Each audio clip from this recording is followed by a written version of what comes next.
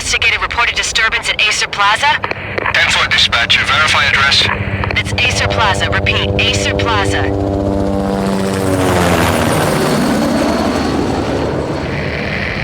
Shots fired on the rooftop. An assault in progress at Acer Plaza. Repeat, an assault in progress.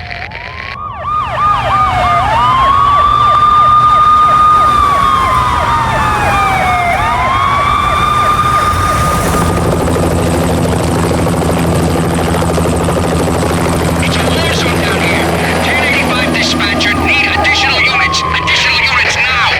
Officer in danger. Officer in danger. 10-5, please repeat. 10-5, all units, emergency. Officer in danger, Acer Plaza. Repeat, Acer Plaza, all units. They were all dead. The final gunshot was an exclamation mark to everything that had led to this point. I released my finger from the trigger, and then it was over. To make any kind of sense of it, I need to go back 3 years. Back to the night the Payne started.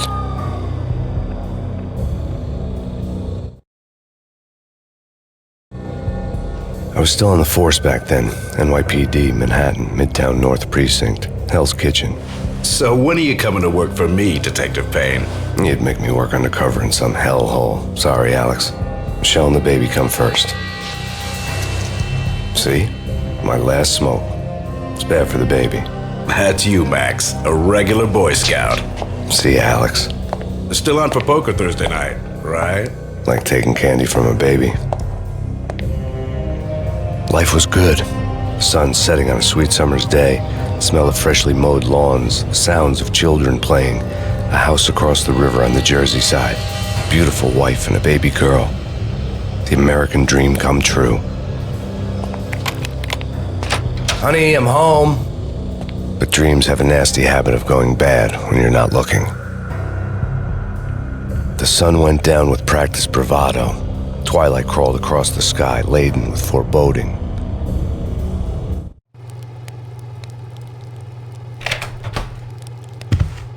Michelle, honey, anybody home? I didn't like the way the show started. They'd given me the best seat in the house, front row center. What the hell?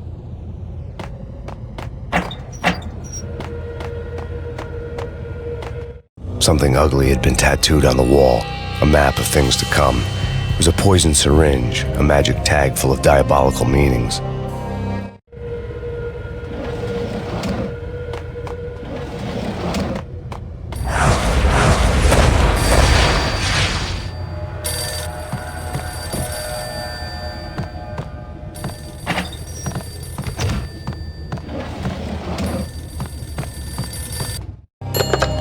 Listen, someone's broken into my house. Call 911. Is this the Payne residence? Yes, someone's broken into my house. They're still here. You have to... Good.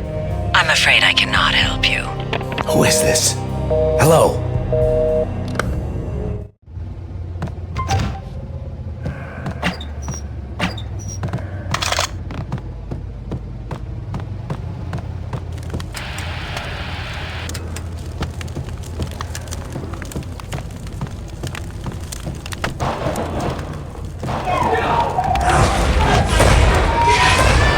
Michelle!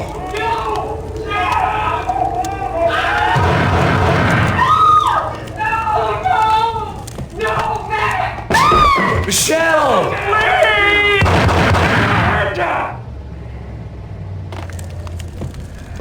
It's coming. Freeze! NYPD, drop it! Coming! It's gonna die! I'm gonna fix you.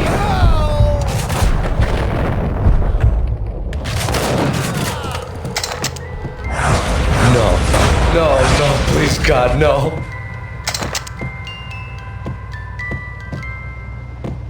The flesh of fallen angels!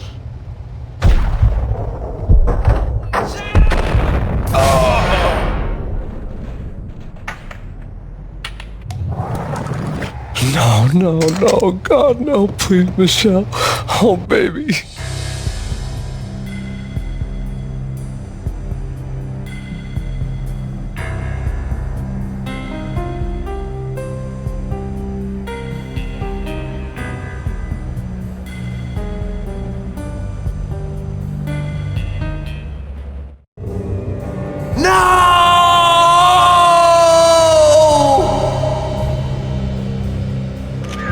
was 3 years ago.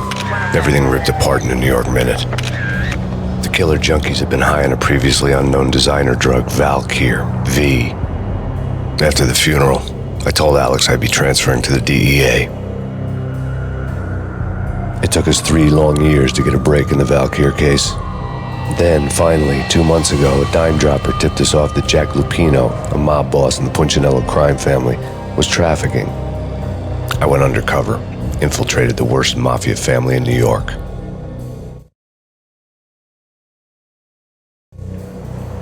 I came in from the cold and the dark.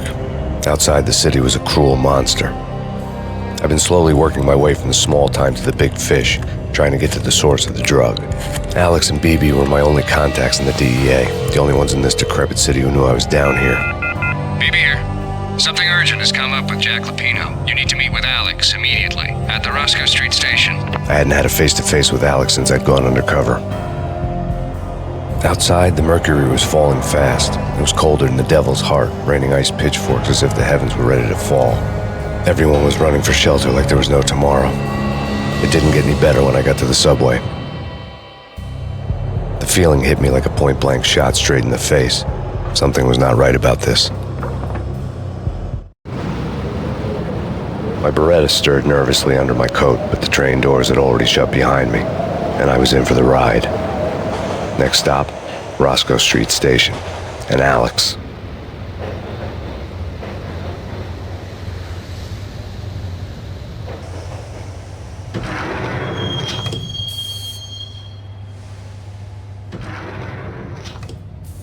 The station was drenched in gloom. Alex was a ghost, nowhere to be seen. I'd have to look for him.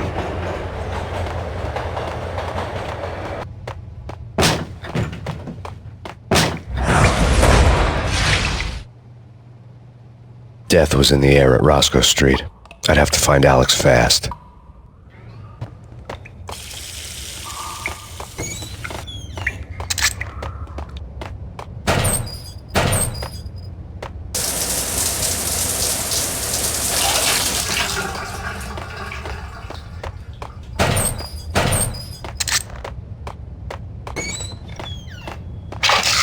The pills would hold the pain back for a while.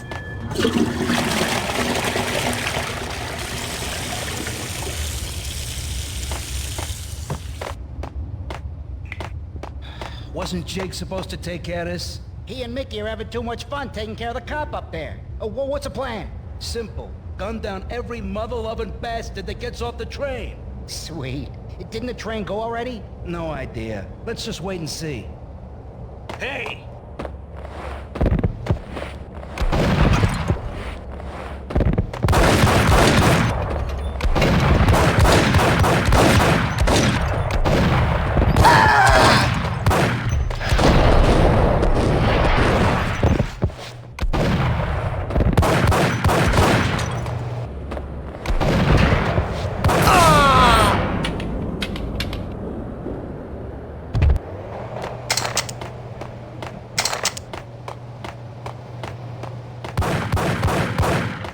Yeah, he's dead all right. Hey, it's me you're talking to.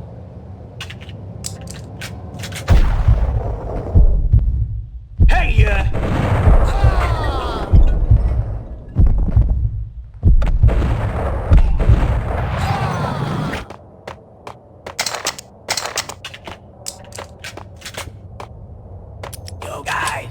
Yo, guys, hey, we're getting around. You hear me?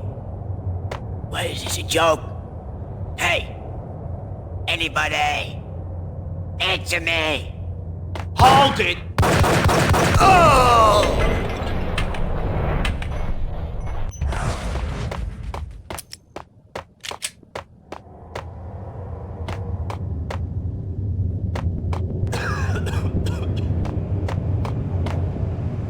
Hold it.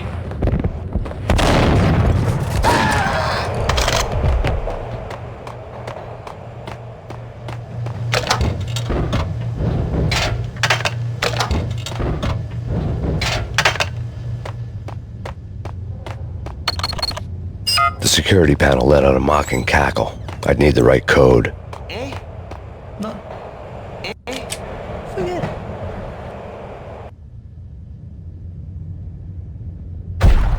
Hold it!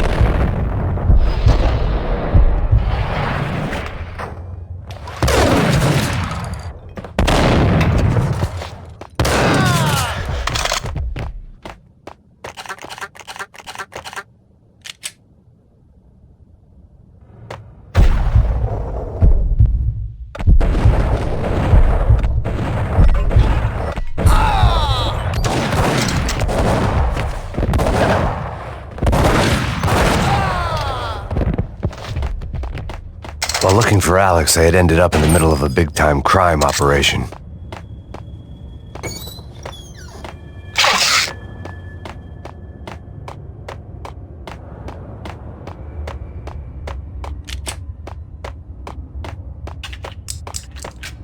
Hitting Roscoe Bank ain't exactly keeping low profile. The riskiest heist ever, huh? But hell, the payoff makes it worth it.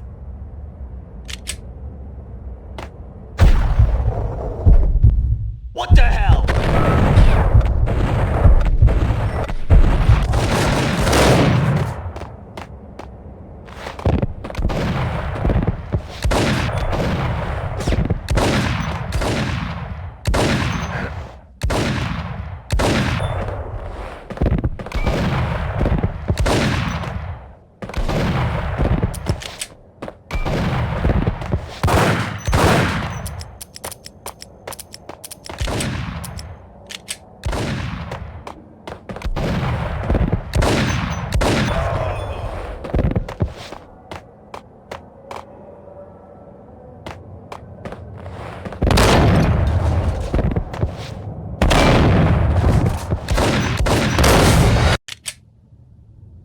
What the?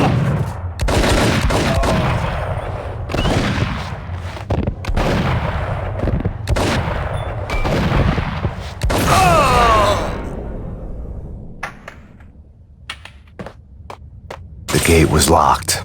I would have to find another way to get to the tunnel.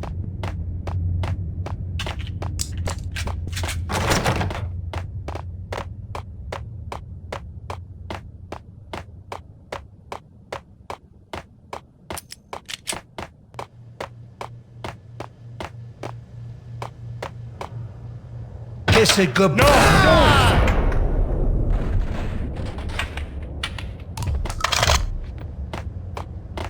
You saved me, man. What's going on here? A massacre.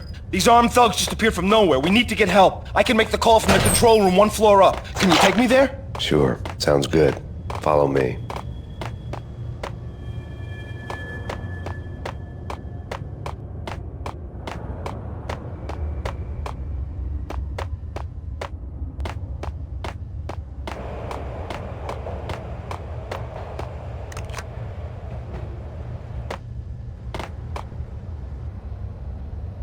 Home free. This way.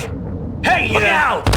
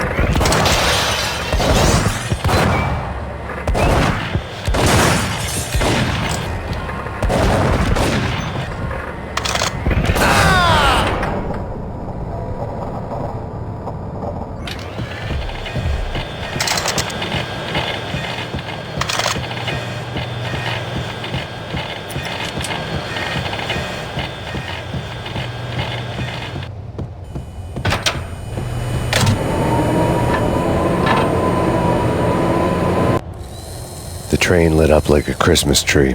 The power was back on.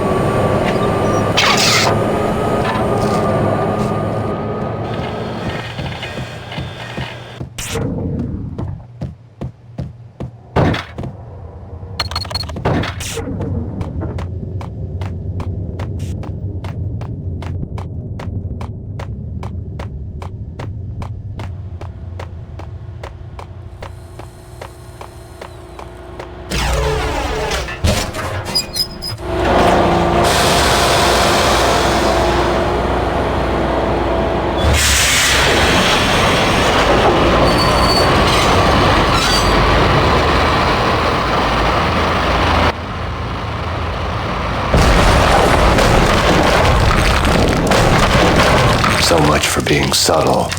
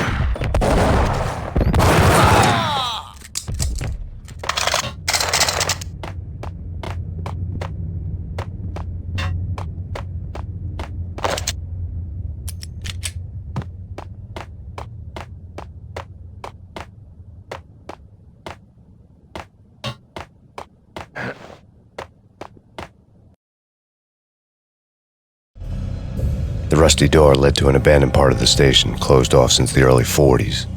Something big was going down at Roscoe Street. Maybe that's why Alex had wanted to meet me here. Maybe not. One way or the other, I was going to find out.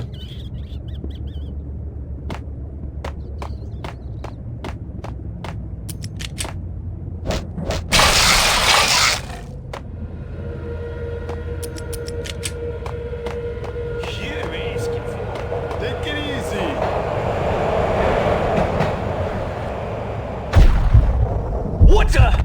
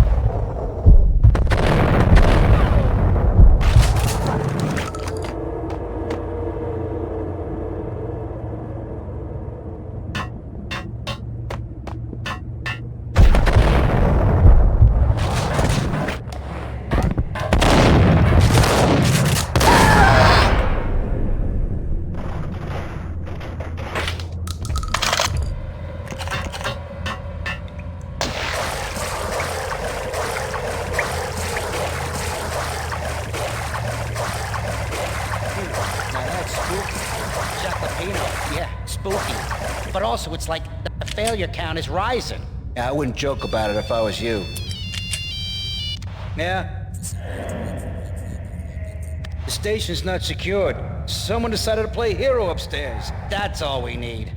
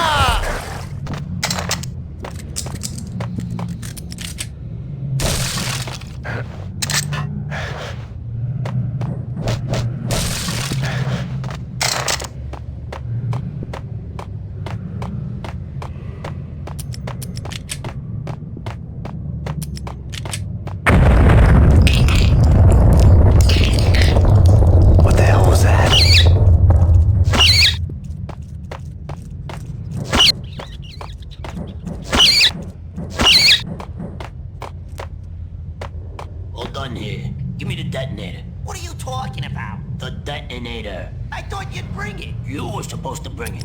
Yeah, right.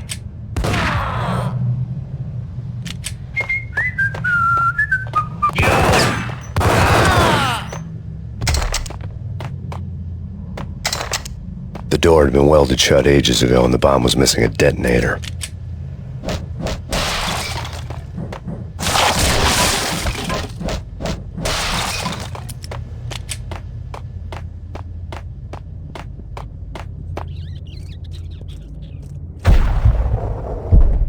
Hold it!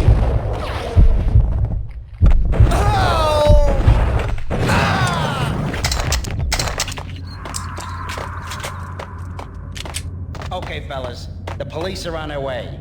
New York's finest are gonna be here soon. So stick to the plan. We've got our own private exit route. In and out, do your thing. Wham bam, thank you, ma'am.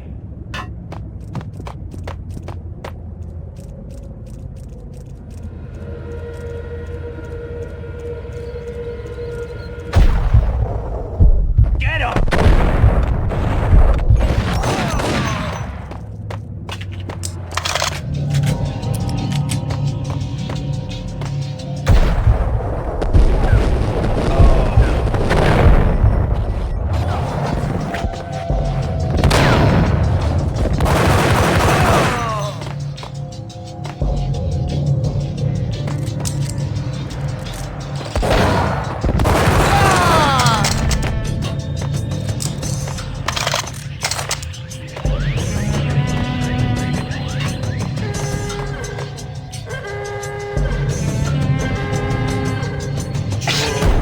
What the hell?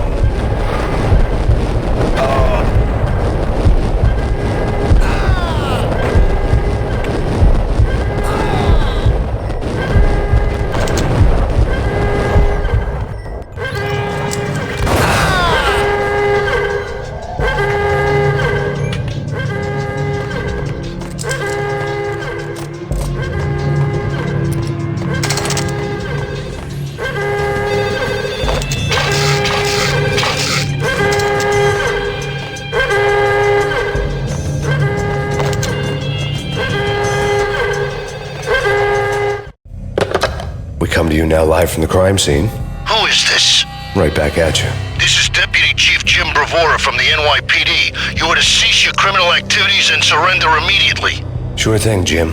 Me and the boys have been talking, and everyone's real sorry. They'll never do it again. Who the hell is this? Being placed at the scene of a bank robbery wouldn't have tipped the odds in my favor.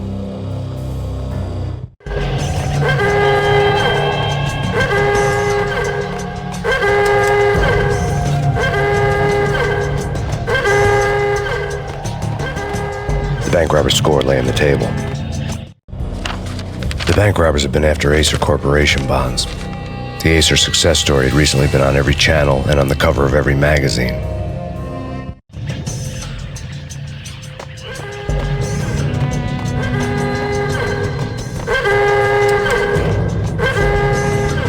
The bank robbers had left their tools on the table.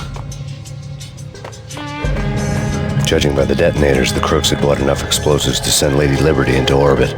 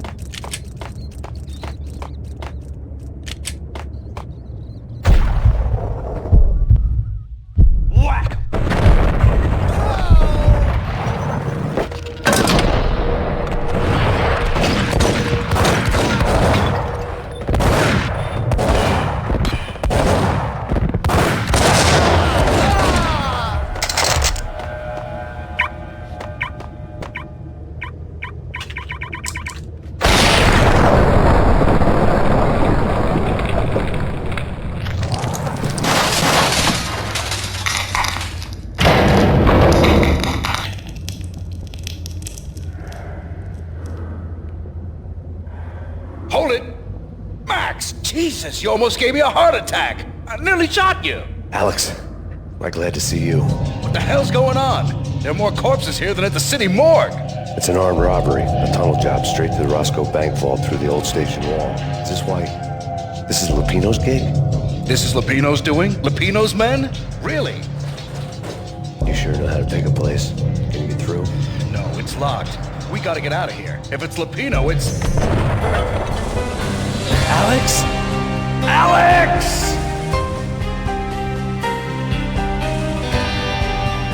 There was nothing I could do.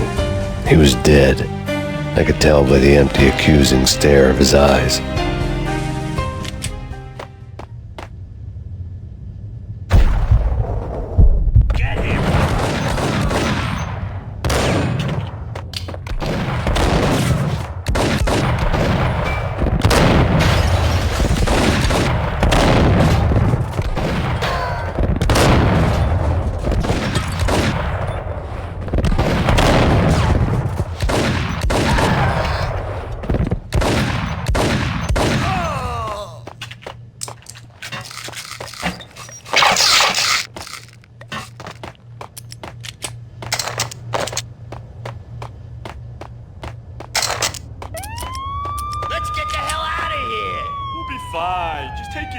I'm allergic to sirens. We gotta get moving. Shut up, okay?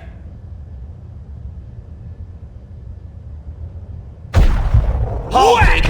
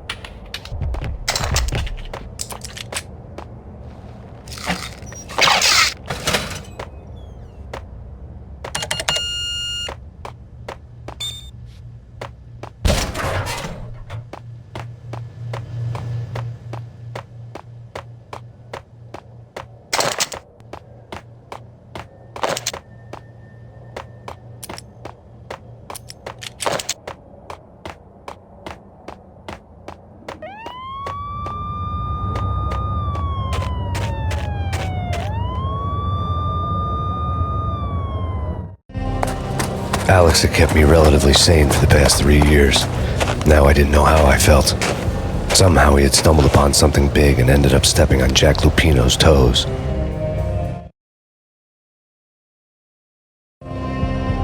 Lupino ran his racket of sex, drugs, and contract killings from a sleazy hotel in a slum block of tenements. The NYPD was closing in. I could hear the sirens. Their wail was a crescendo.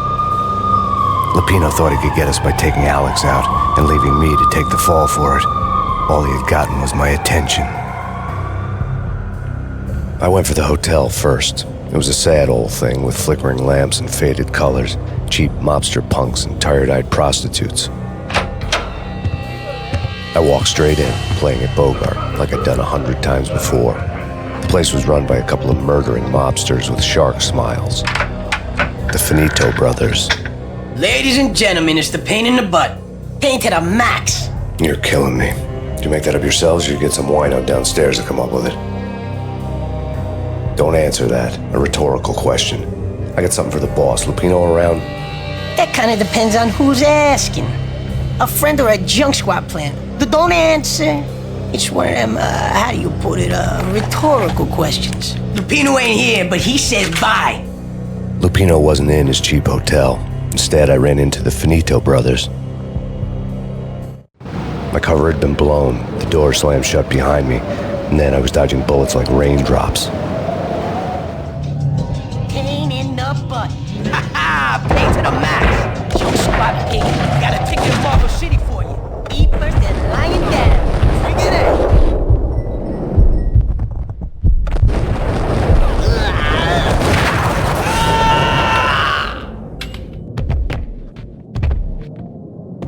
A letter on the desk caught my eye. Bosses, everything all right? I had met Lupino only once. The gangster ran all his rackets through his right-hand man, Vinny Gagniti. Gagniti was a high-strung whiner on the verge of breaking apart, like an overamped Energizer bunny. He had the brains to run the business, but he lacked the balls, always falling short, taking his frustration out on underage addicts and call girls. The V deal goes down at your hotel. Jack's exact words, quote, "Vinny, you're in charge of this one," unquote. Rico Muerte's coming to see it through. Anything goes wrong and everybody's gonna get dead. Goes double for you. Treat this guy real good. Anything he wants, you give him. Don't screw this up or you're finito, finitos. A V deal meant added security, locked doors, and lots of nervous thugs with itchy trigger fingers. I'd seen nothing coming in, but that didn't mean it hadn't been there. Rico Muerte was a regular Kaiser Soze, a spook story told to keep the apes in line. 313. The Finitos had scribbled Muerte's room number on the note's margin. Bosses, Joey, Virgilio, you're right in there? They're not answering. Call the others. Tell them to come quick. Okay, but we can't wait for them. We gotta go in now. Bosses, we're coming in. There he is.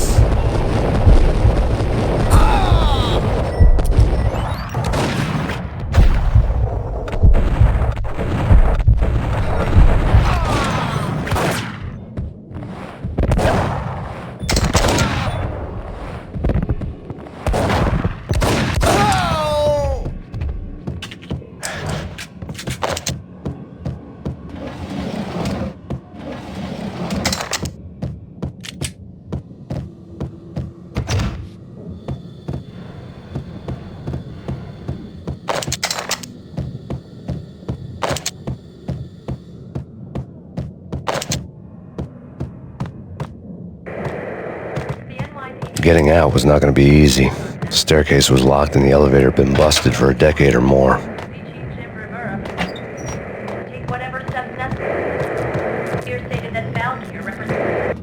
In his press conference today, the mayor stated that Valkyr represents a clear danger to New York and called for drastic actions to eliminate the problem. On today's top story, the Valkyr crisis worsens with the murder of DEA Special Agent Alex Balder. Special Agent Balder had been shot repeatedly from a point-blank range. The gunman has been identified as Max Payne. The noose is sure to tighten around this fugitive criminal as more NYPD units join the search to apprehend him. I had just gotten my 15 minutes of fame.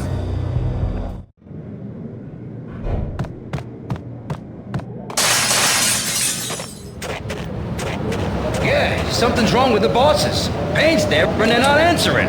Let's go already. Payne's gonna pay in spades.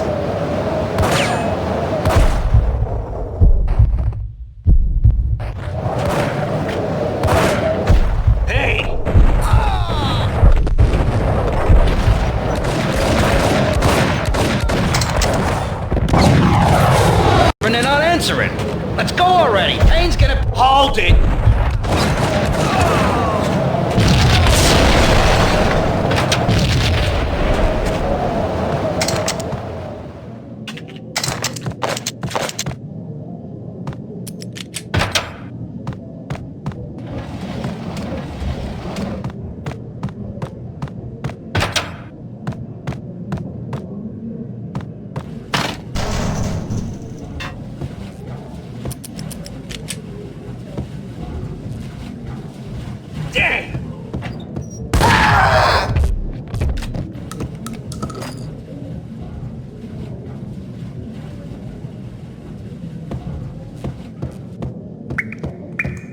Previously on Lords and Ladies. Lady Amelia, Marquis Valentine asks for an audience. Thank you, Lawrence. My lady. My lord. And now, an all-new episode of Lords and Ladies, brought to you in part by Acer Corporation.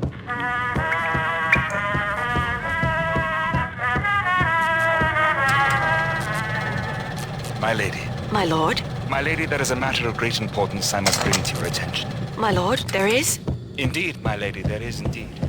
From the very first moment we met, upon that distant forest path, there has been sunlight in the autumn leaves blazing like the colors of your hair. Oh, my lord, you should not speak so. But my lady, I must. Must. My lord, no! I forbid you. This cannot be. This must not be. But why, my love? Why? My lord, it is too dreadful. Do not force me to speak the words. My lady, I beg of you, I must know. I would rather die than not know. Yes, my lord, we should both be dead, for this shame is too great for the living. My lord, I am your lawful sister.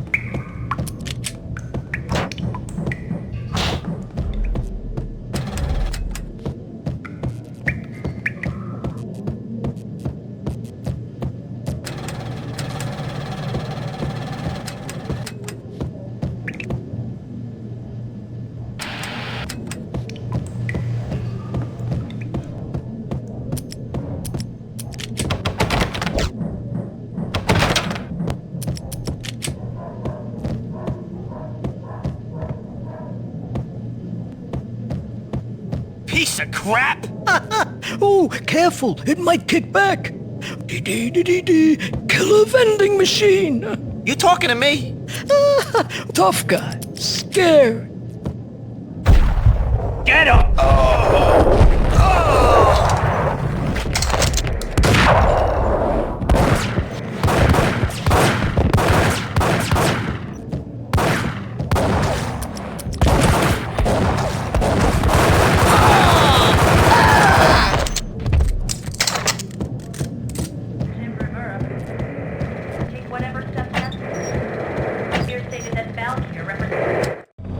Tonight, the city's fight against the nightmare drug Valkyr took a turn for the worse, as DEA Special Agent Alex Balder was found brutally slain at the Roscoe Street subway station.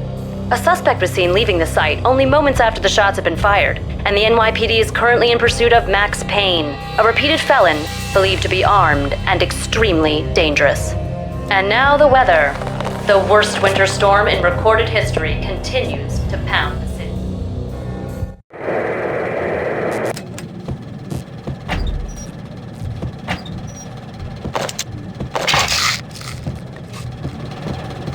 This party had been dead for a while. I couldn't say I was sorry I'd missed the show.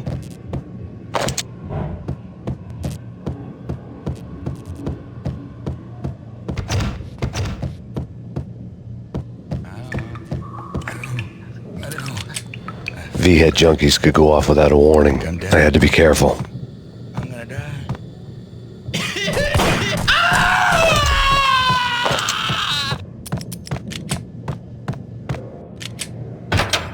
Get him!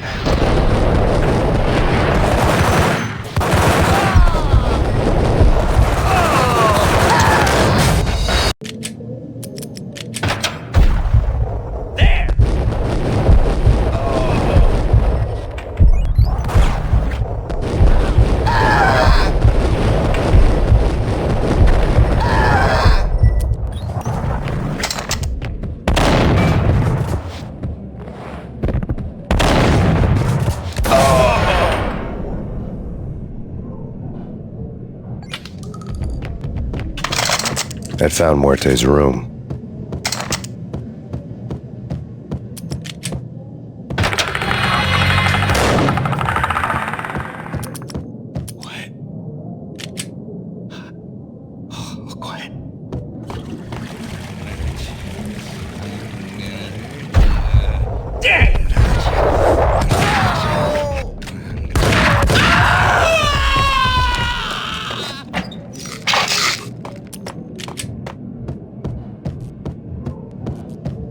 Muerte had received a letter.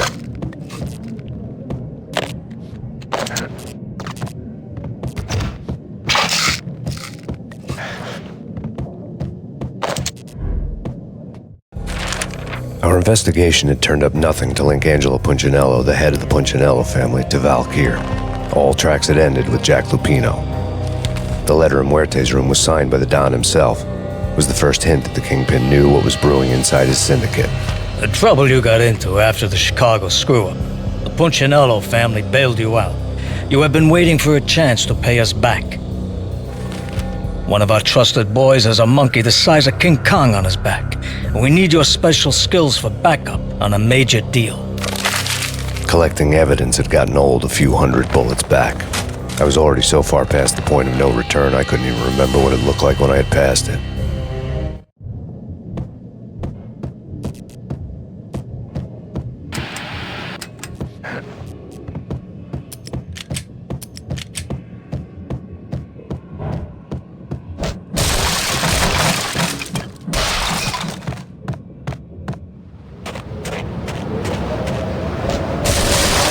I didn't want to know what had happened here.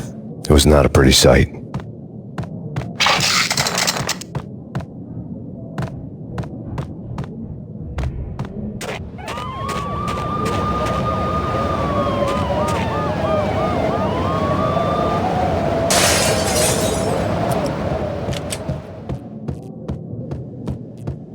Right?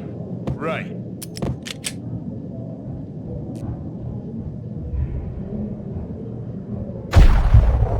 There!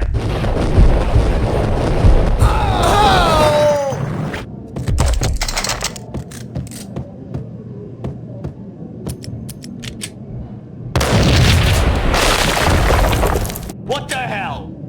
Told you. God damn! I thought it was a bomb for sure. Nah, the Russian wouldn't dare. This has been waiting to happen.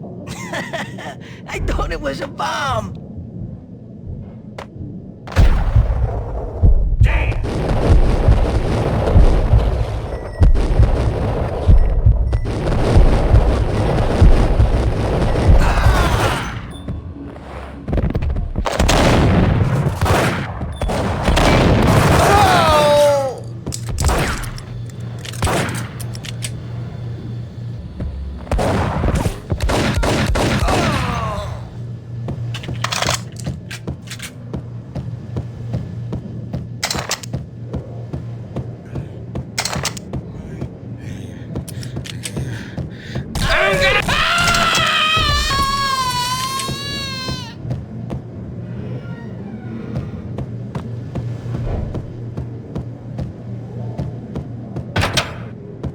A hooker had left her diary on the table.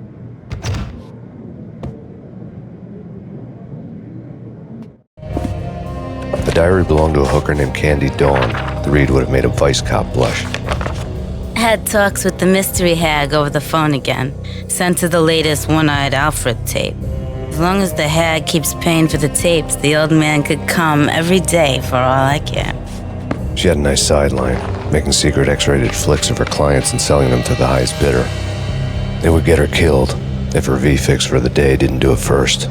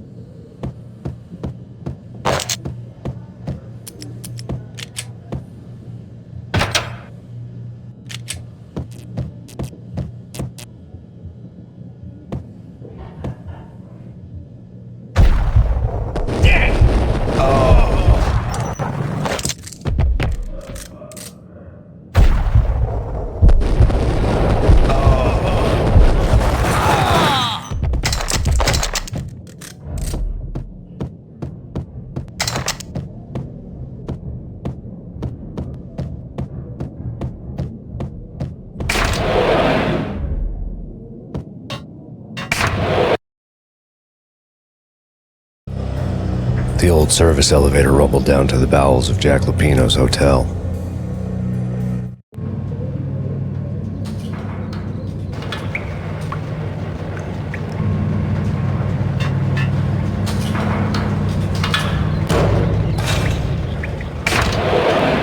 It was freaking crazy. The cops were doing a full-scale siege next door. More traffic than rush hour. I mean, bleeding bastards running back and forth, Ronnie and Jimbo to throw, and in the middle of all this, there we were. I didn't give a damn, just going with the flow. So what happened? Nothing happened. We got the explosives, dumped the cargo, we were home free. Jesus.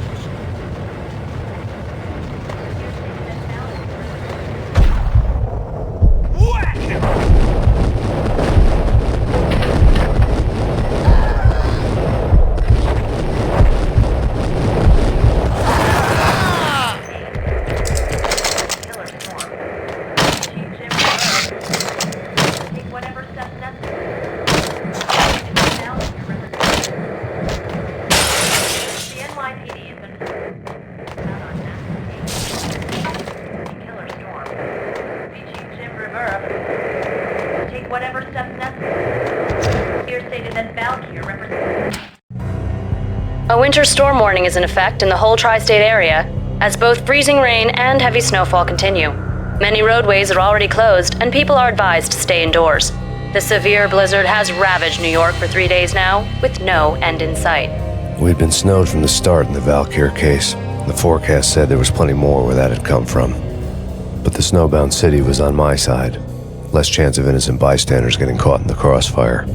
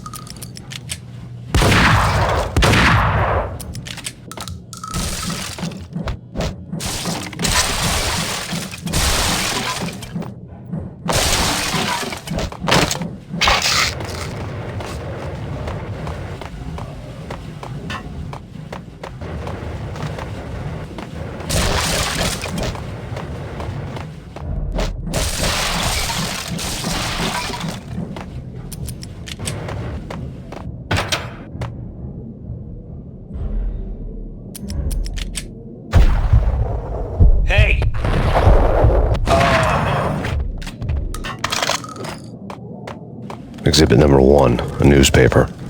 A dead man tied to a chair lay on the boiler room floor.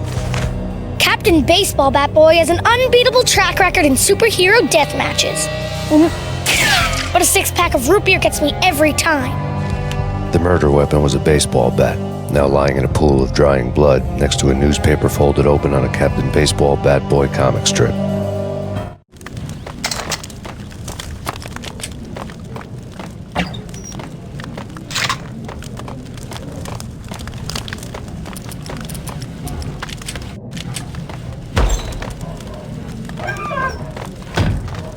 Take vampire movies. Why are they always set in L.A. or Mexico? They can't even get a tan.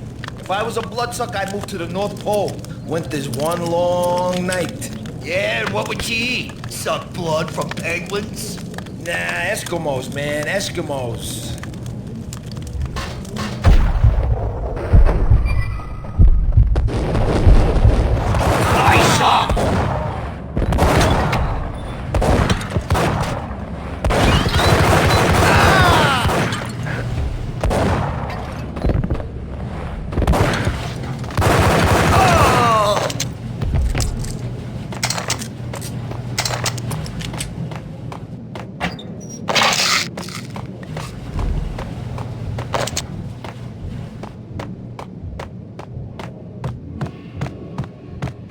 Chill with the guns.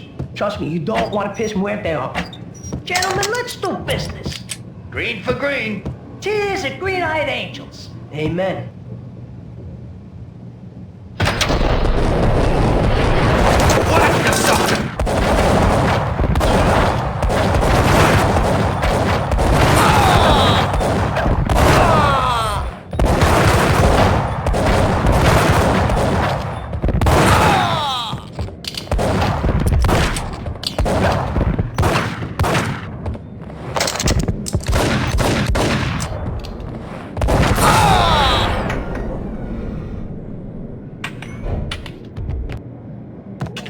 A lifetime ago, this would have gone down as a narcotics arrest.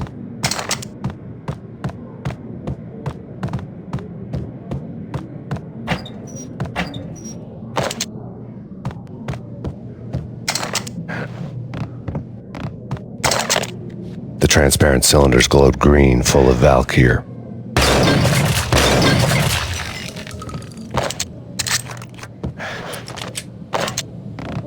There was a key on the table.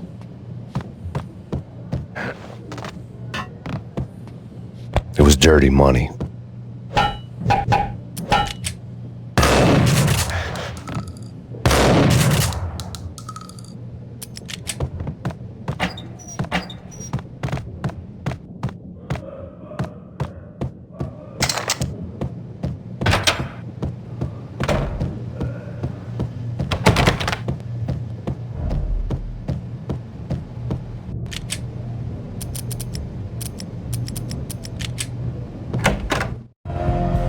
Two mad dog killers, ready to murder each other. They step into the next room, and I'm thinking, now they're gonna do it. But no. They sit down in front of a TV and solve their differences with the Kung Fu fighting video game. I tell you, Candy, I was so depressed, I strangled them both with the video game cables. Oh, Rico, you're so bad. I am, ain't I? Rico Muerte, big-time hustler. Who the hell? It's that cop. Muerte went for his gun.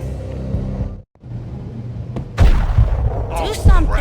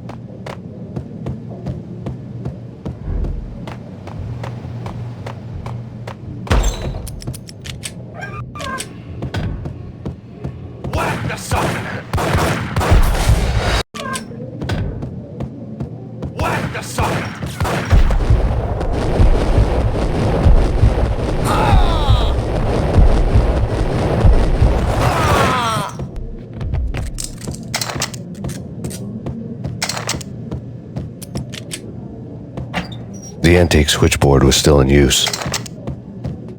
There was an old telephone switchboard in the back room of the reception area, the kind that made phone tapping child's play. It wasn't hard to picture a fat pimp sweating with headphones on, listening to his hookers talk dirty and fake orgasms over a web of party lines, the blood veins of New York. Right now, there was a different set of moans and groans going on. Boss, Corneli, this is Max Payne. He came, started capping us. He killed him. Are you freaking kidding me? He's just one lousy cop. You better be freaking kidding me. Whack him. What's the freaking problem? Hello? Answer me. Hello? The word was out. A deadly virus released into the city's corrupt circulatory system. Something wicked this way comes. Max Payne at large.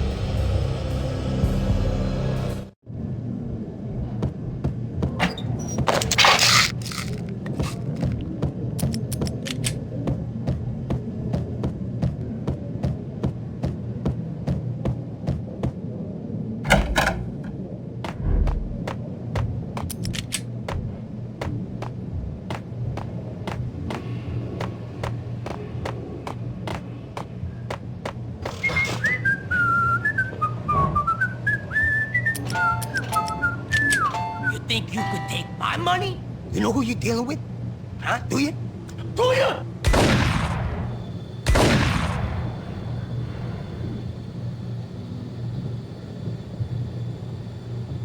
What the?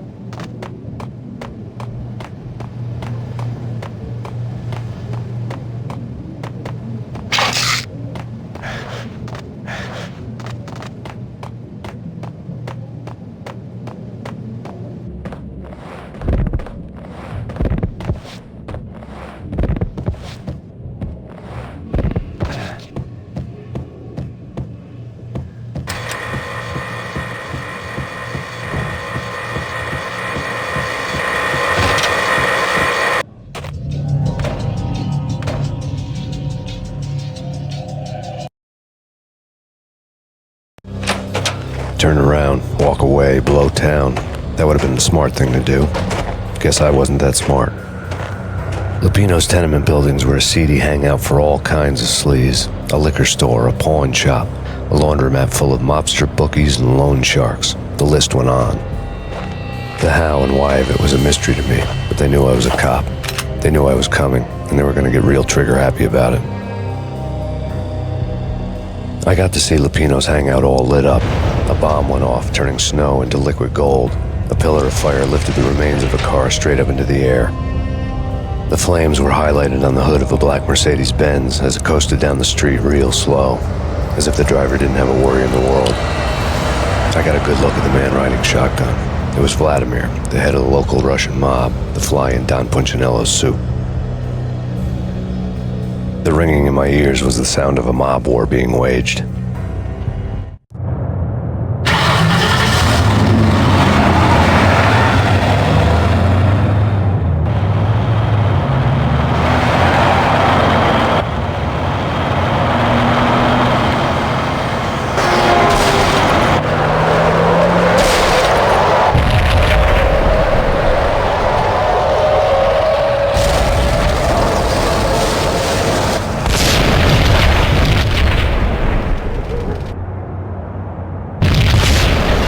bomb exploded inside the closest slum building. It was a lucky break. The goons inside were spooked, but luck always came with a price tag. More bombs could still be ticking inside, and the cops would already be on their way. Jack Lupino's suite was on the top floor. At least it used to be, before the explosive makeover. I don't know, man. I don't know about this. Quit worrying, man. Think of it as Christmas. The Russians are Santa. Yo!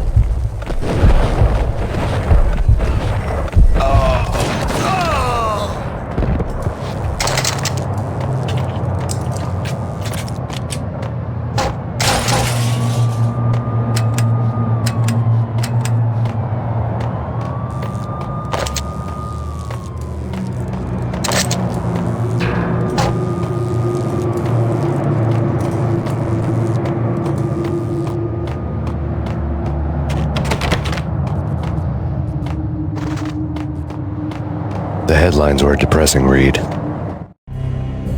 The headlines were screaming bloody murder. The storm was a screaming duet with the approaching prowl car sirens.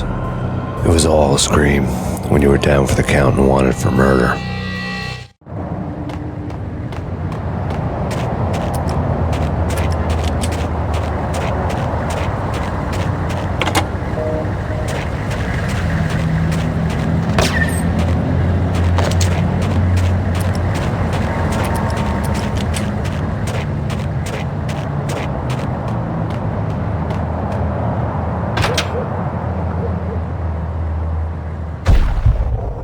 What the hell?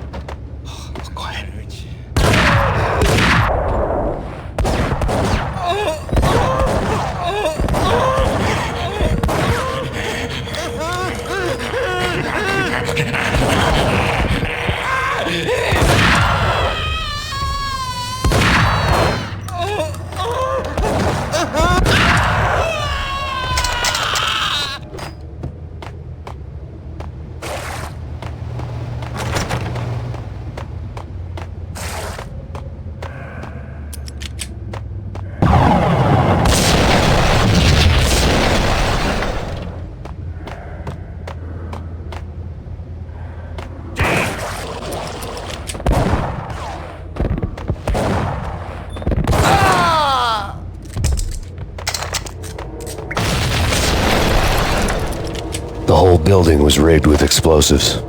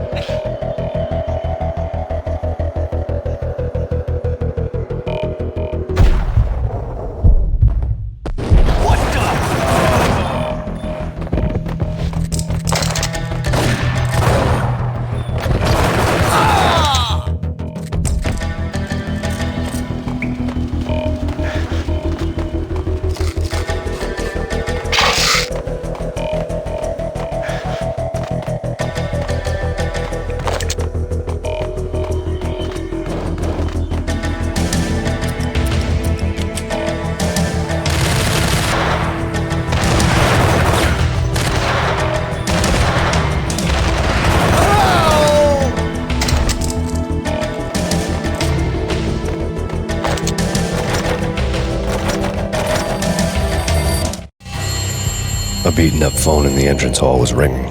It could have been just a junkie in need of a fix, but it turned out to be something more sinister than that. Am I speaking to Mr. Payne? Who wants to know? My name is Alfred Wooden. You must hurry. The police are on their way. Tell me something I don't know. They know you're there. How? And what's it to you? I will contact you again. The cops arrived, sirens singing in the off-key harmony of a manic-depressive choir. I had a few minutes while the SWAT team would go through their usual routine. By the time they busted in, I needed to be long gone. Max Payne, this is Deputy Chief Jim Jim Bravura from the NYPD. Drop your weapons and come out with your hands above your head.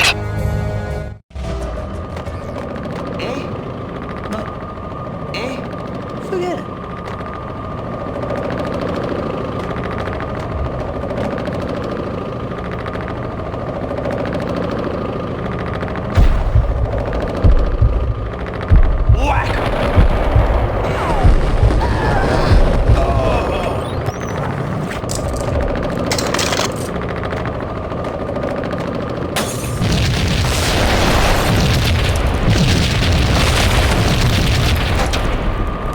Someone had left there was a key on the shelf.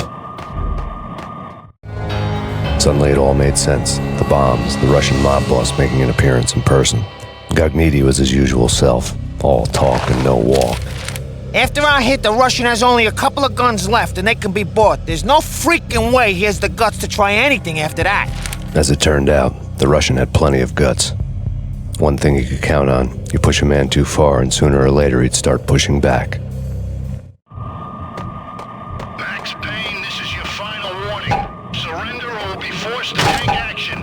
Don't make us kill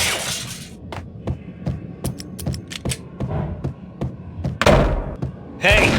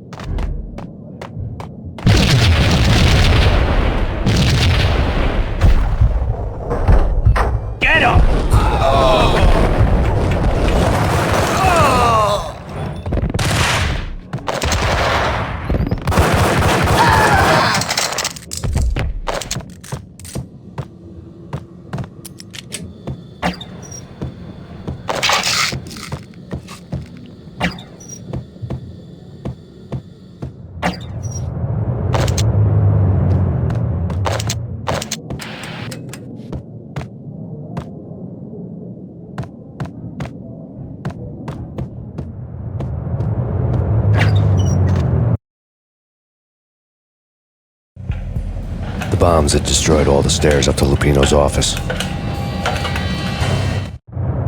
The alternate route led there by way of adjoining rooftops.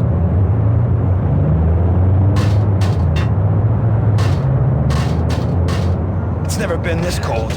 Never ever. It's like the sky's falling. Yes, sir. It's the end of the world as we know it. And I don't feel fine. I don't feel anything. Not a thing. I'm freezing my butt off.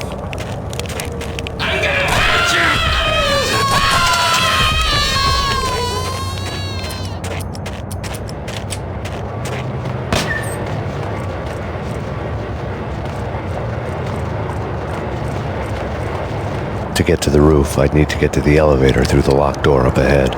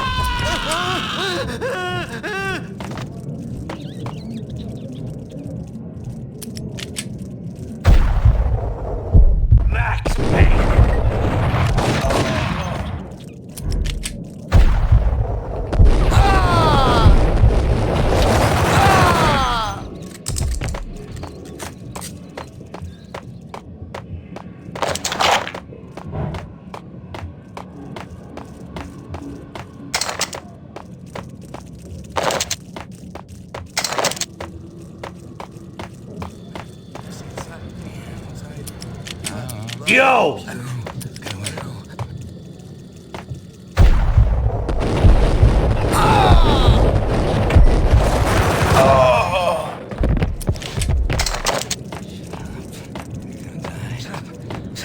You're gonna die.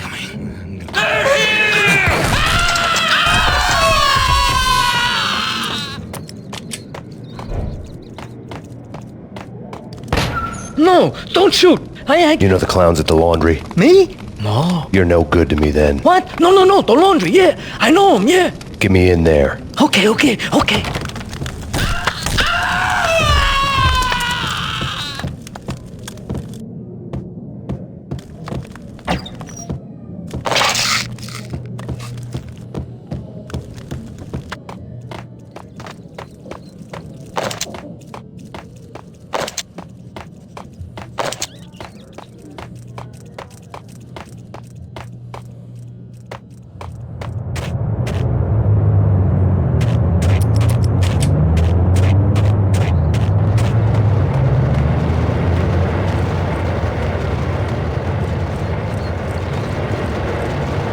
It's me. Open up.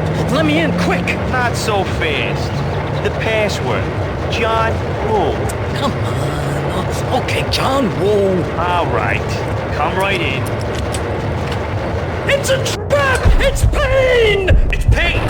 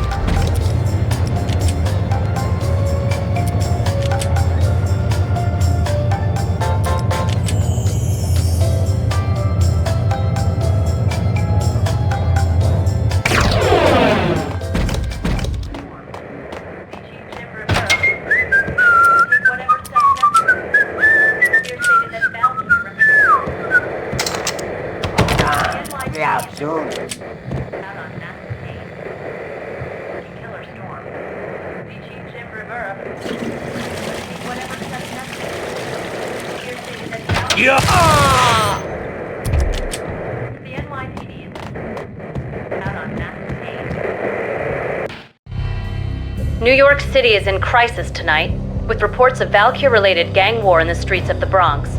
Apparently, Max Payne, wanted for questioning in connection with the slaying of a DEA special agent earlier tonight, is waging a one-man war against his former partners in crime. Among the list of casualties so far are notorious mafia members Joey and Virgilio Finito, as well as Rico Muerte, himself a fugitive from the law, and a suspect for several murders in the Chicago area. The NYPD has been placed on full alert. A citywide APB has been put out on Max Payne. Deputy Chief Jim Bravura has promised to take whatever steps necessary to bring him to justice.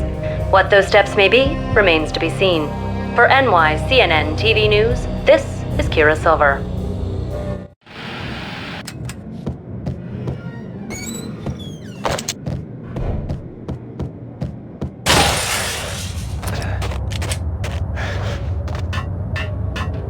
This week on Address Unknown. I don't want to go there. It's the last place I'd want to end up. But that's where It's not me talking to the Payne flamingo, but someone who looks the part that's the finest detail. He said that he's evil. I'm hiding in the shadows, watching it all unfold.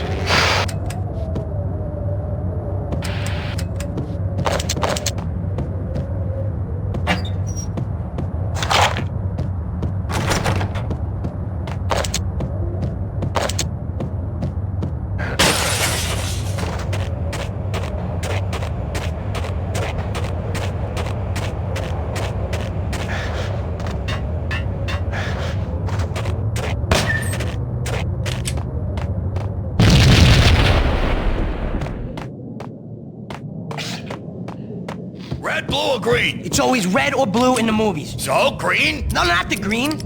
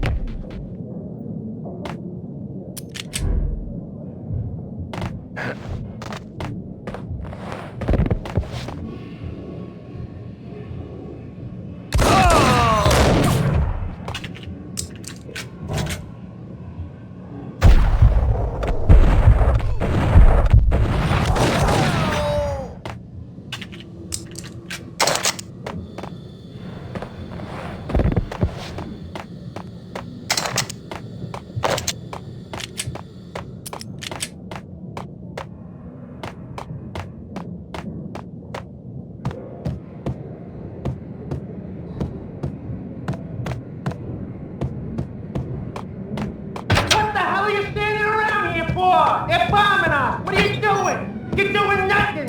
What are you doing? This is war! Freaking war!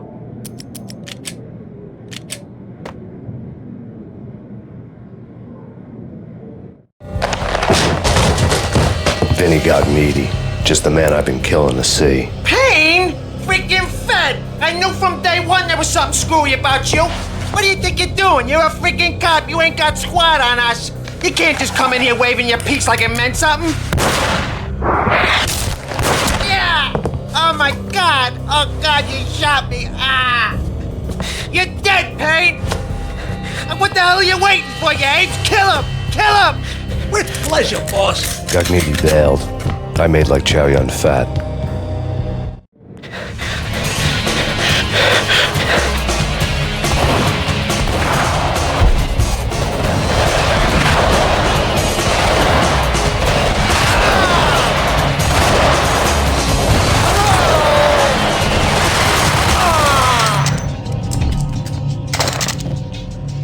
A crumpled letter lay on Gognitti's desk.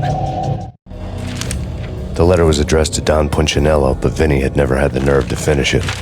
Jack's gone voodoo. Just the other night, he shot Dino because he wanted to see what his brains looked like splattered on the wall. He's a freaking mad dog. We're running out of men and business fast. Gognitti had been living in mortal fear of his boss. Jack Lupino was a psycho.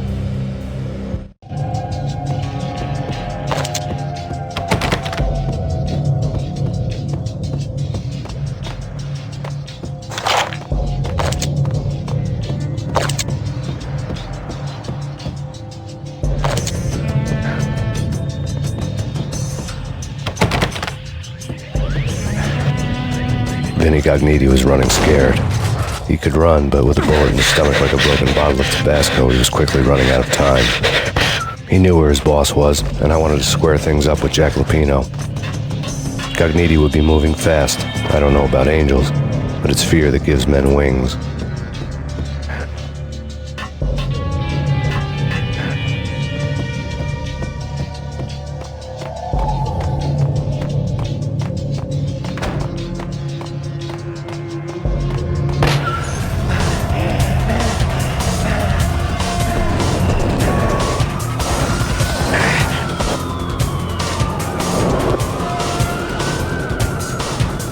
Gognitti hitched a ride. To catch him, I'd have to follow his lead.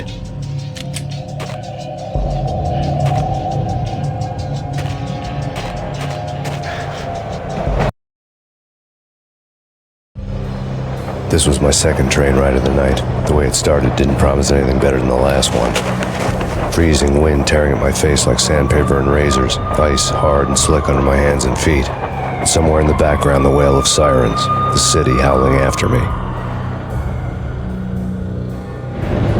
New York sped by in fast forward. Dark rooftop water towers and a dead forest of antennas and chimneys, all a blur. When the train he was riding slowed down, Gognitti made his move.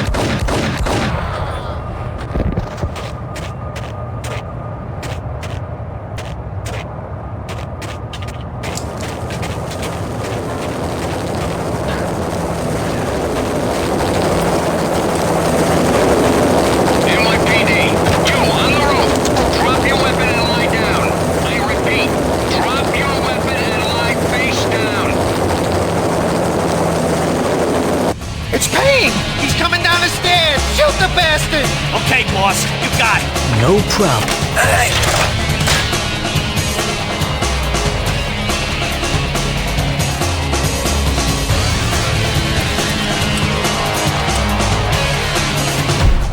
Hey!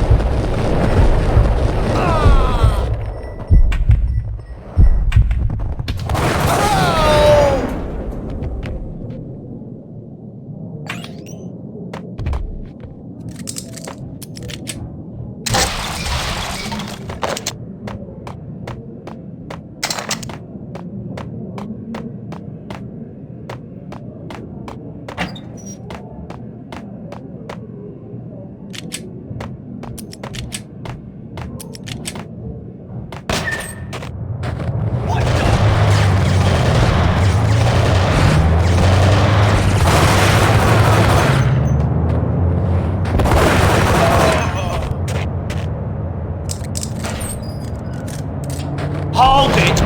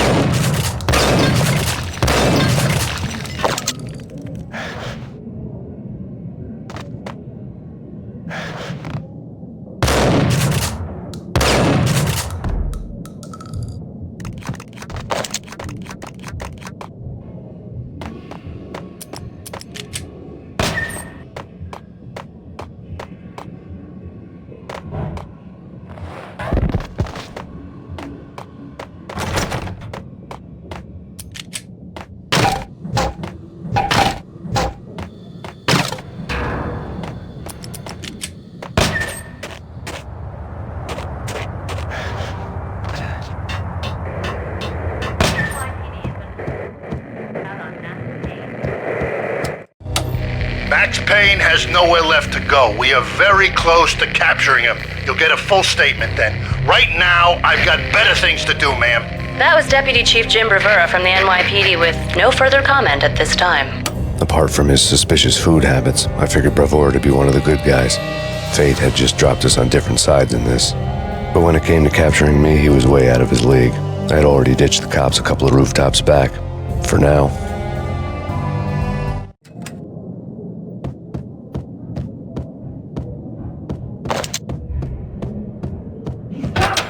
I can hear him. Ready? Keep the guns pointed at the door. Okay, this is it. Any moment now, Payne's gonna bust through that door with murder in his eye. It's either him or us.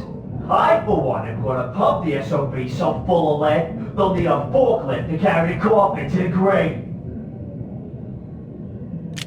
Whack the sucker!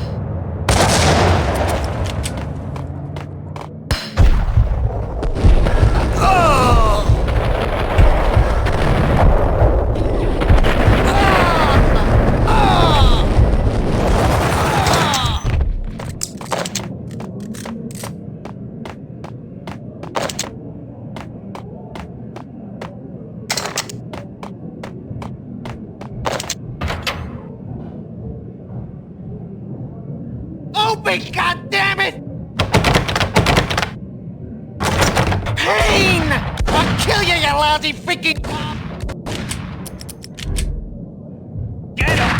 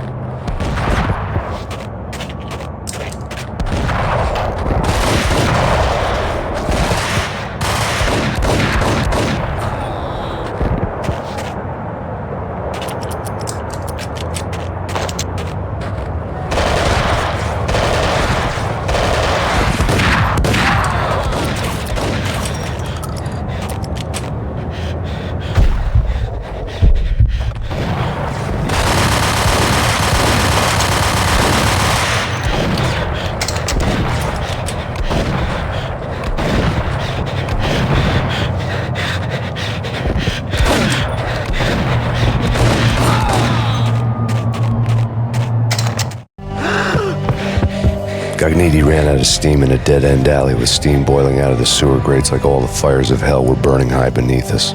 It was shakedown time. Where's Lupino? Screw you! Bad start, Vinny. Police brutality! I rate pretty high on that. You can't just hurt me in cold blood? Just keep telling yourself that. Listen good, Candyman. I'm not gonna be anybody's fall guy. I wanna know where your boss is hiding. There was no glory in this. I hadn't asked for this crap. Trouble had come to me in big dark swarms. The good and the just were like gold dust in the city. I had no illusions. I was not one of them. I was no hero. Just me and the gun and the crook. My options had decreased to a singular course. I'll tell you, just don't hurt me no more. Lupino's at Ragnarok, the nightclub. Book me, take me home into the freaking jail, just don't hurt me. Your rights will be read at your funeral.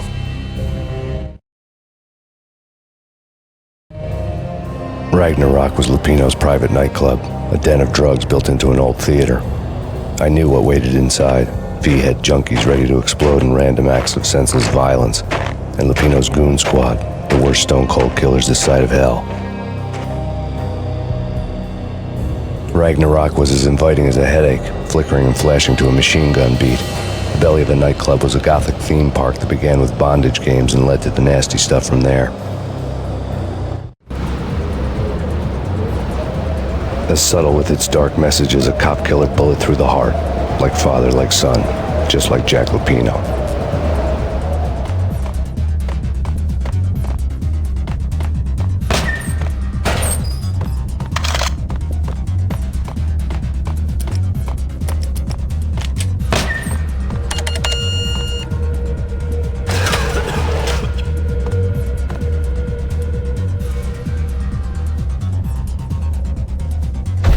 Got him down.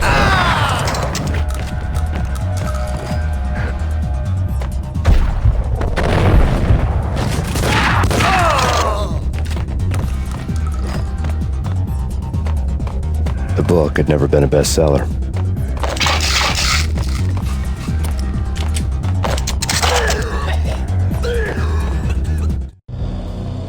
Given the setting, I was surprised to find that somebody had been passing time reading. The paperback was entitled The Age of Murder and Storm. The blurb on the back mentioned Norse mythos and Ragnarok, the end of a Viking world with a terrible winter that covered the earth in ice, when vile crimes were rampant and all humanity lost. I could see how somebody impressionable might get it into their head that we were at the end of time. I was also beginning to see what the nightclub and its owner were all about.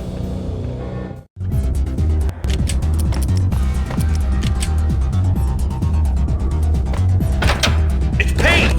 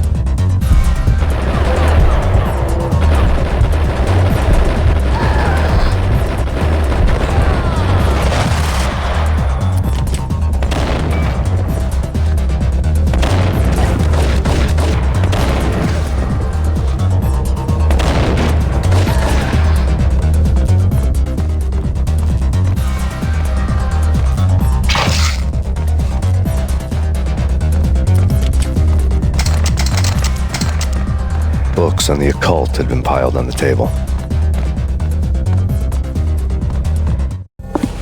The room was stacked with light reading, such as Necronomicon, Witchcraft, and Paradise Lost. Old exotic titles like Malleus Maleficarum and De Umbrarum Reini Novum Portus.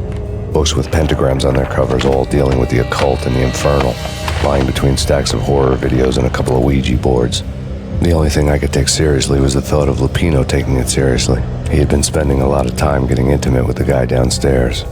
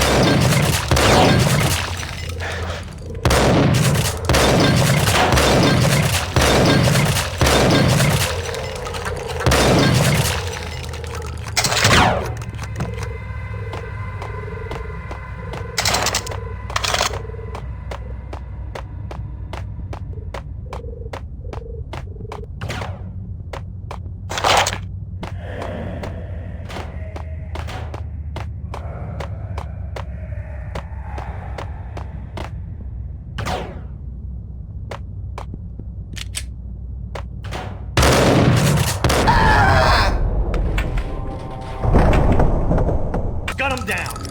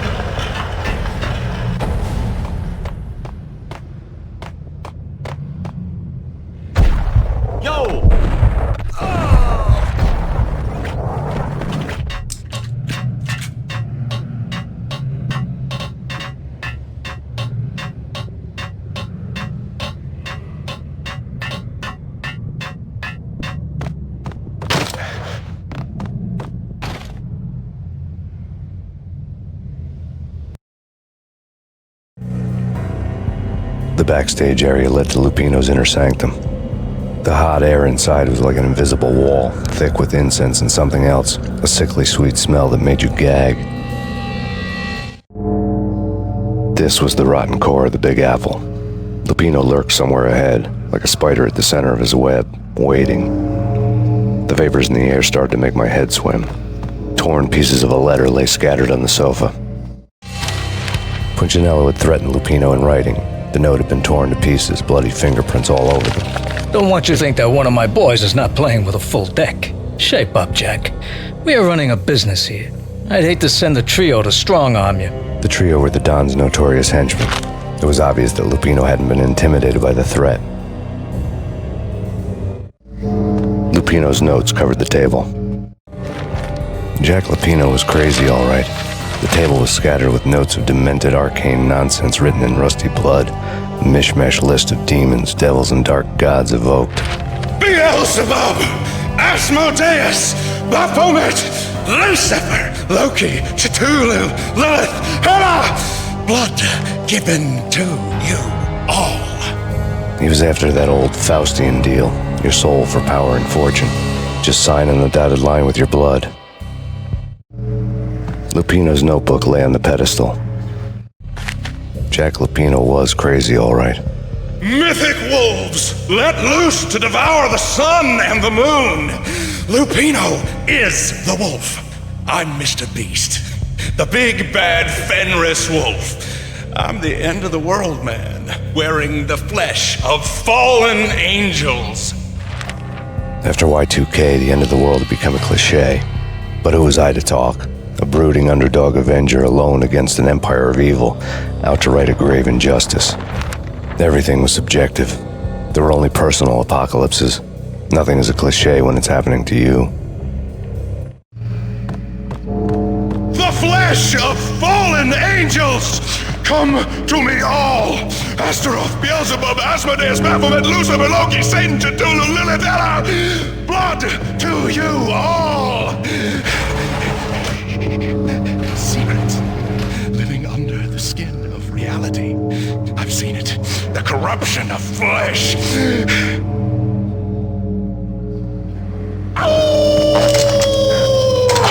I'm the wolf, yeah! I am the wolf! It's close. It's coming. You have come. Witness to the end. It's now! I will rise to her side! I don't need the words! I'm beyond the words!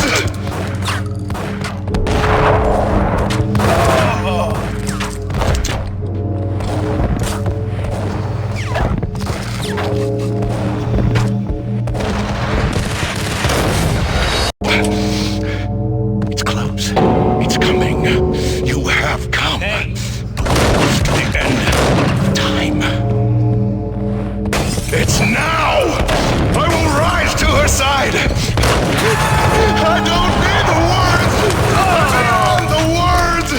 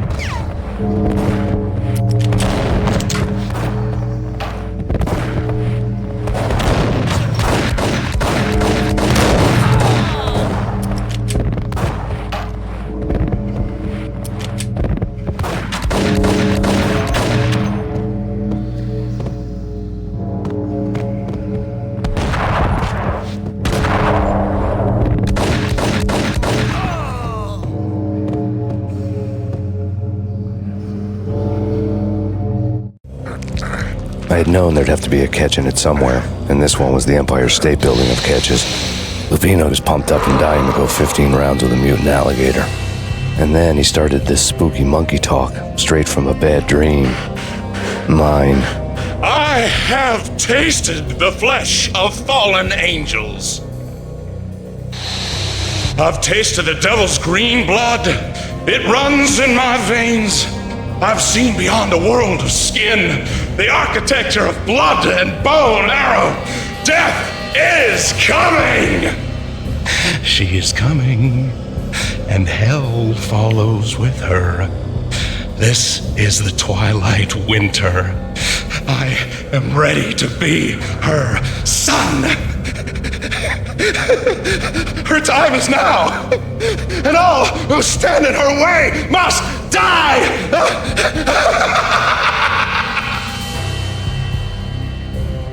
Die! You'll die! You'll die! Now! All die! Oh! The wolf!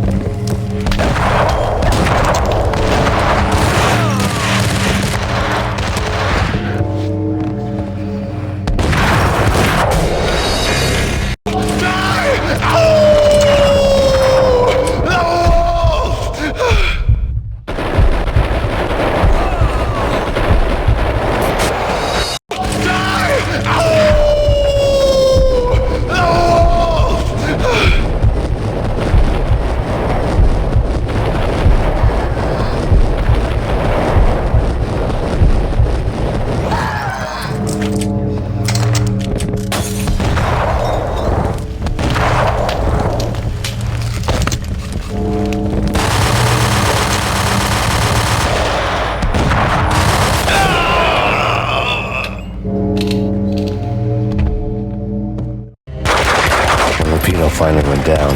I wanted to make real sure he'd stay that way. V was a bad monster. Turned them into friggin' zombie demons from outer space. I think he's dead already. Huh? And that's when it happened. But dead or not, you've got the wrong guy. In stepped this knockout femme fatale holding a gun to my face. I returned the favor. Lisa Punchinello. Lisa Punchinello was the Don's wife. Mona Sachs. Lisa's evil twin. Your safety's off, evil twin. You might hurt someone with that gun of yours. Lisa's the damsel in distress. I'm the professional. I'd blow you away without batting an eye. Sure, and you can check out my credentials splattered all over this joint. Jack couldn't have framed you. Not the state he was in. We're after the same slime bag. Angelo Punchinello's the one who murdered your friend and framed you with it. You know this for a fact. I've got my sources. I don't have a clue these days. I just shoot them as they come. Who put a contract on the Archfiend? This one's mine. I hate the guts of that sadistic wife-beater. Why not pool our bullets for this one? I thought you'd never ask. My finger was starting to twitch. How do you like your whiskey? I'm easy, as long as you don't try to slip me a Mickey. You're a real angel, Max. It was good stuff. Tasted sweet as honey going down. Nothing personal. Can't risk you going berserk and getting Lisa's killed.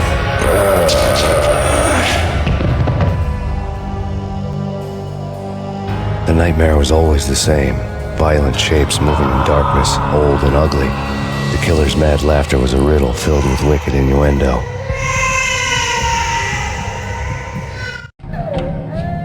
Somewhere, the baby was crying.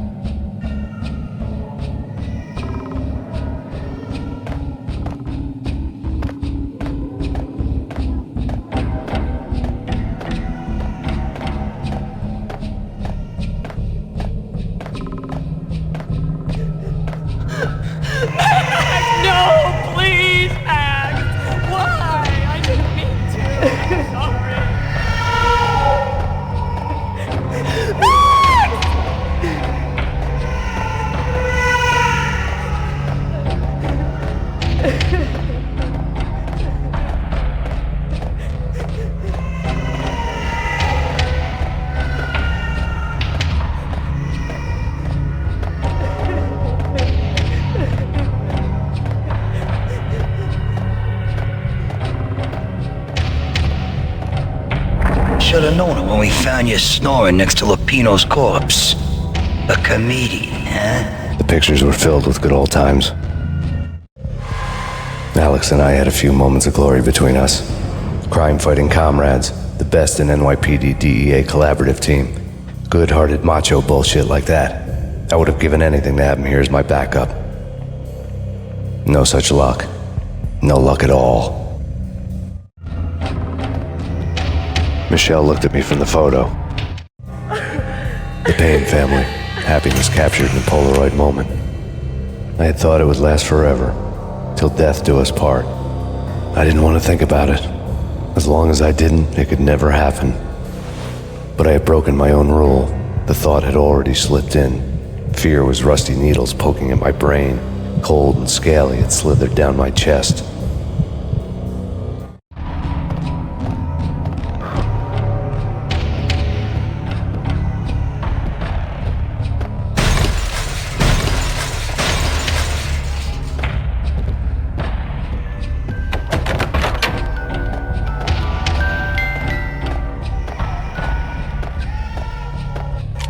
I really love to watch cartoons. Captain Baseball Bat Boy's my favorite.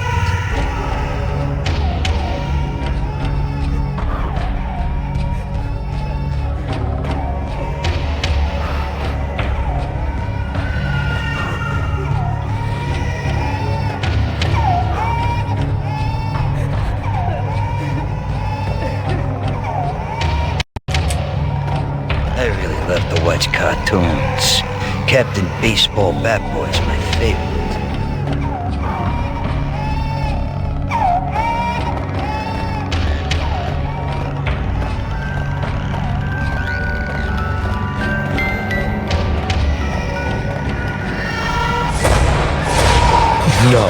No, please God, no.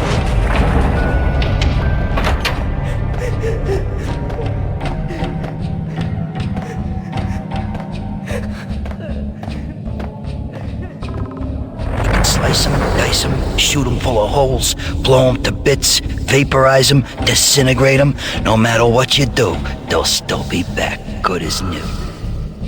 Michelle's diary lay on the table. Michelle was working part-time in the district attorney's office. Her diary was open on today's entry, her handwriting all pretty curves. An army dossier found its way to my desk yesterday. Valhalla? Isn't that a Norse myth? Something about Vikings? I tried to tell Max about it, but he was busy, that cute frown on his brow.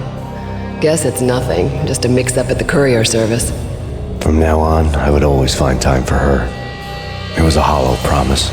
Too little, too late.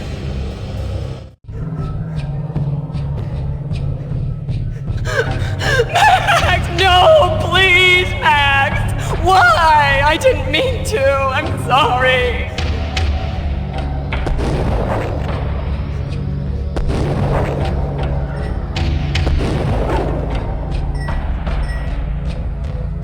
Murderer! You killed her! Nothing like that ever happens in the real world.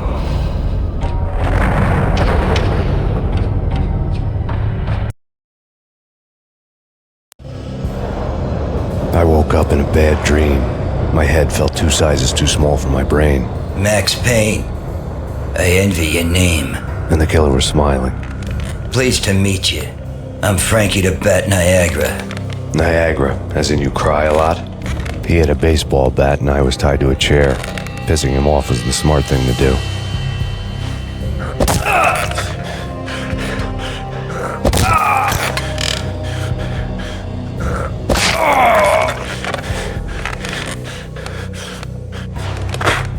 Nothing wrong with a little laugh now and then. Take me, for example. I love to watch cartoons. Cartoon violence is a fascinating thing.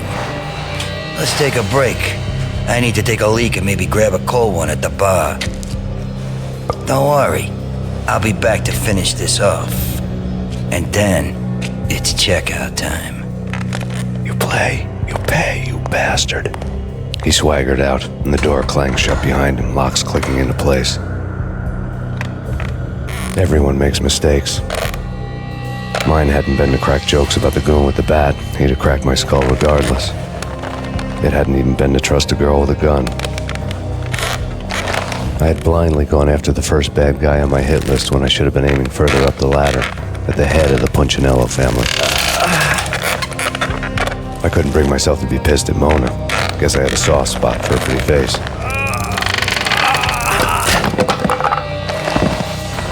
But when somebody decides to play baseball with your head, you tend to get sore. They had dragged me back to the basement of Lupino's hotel. I was beaten, bruised, and blue. I felt like the chair I had broken to get free.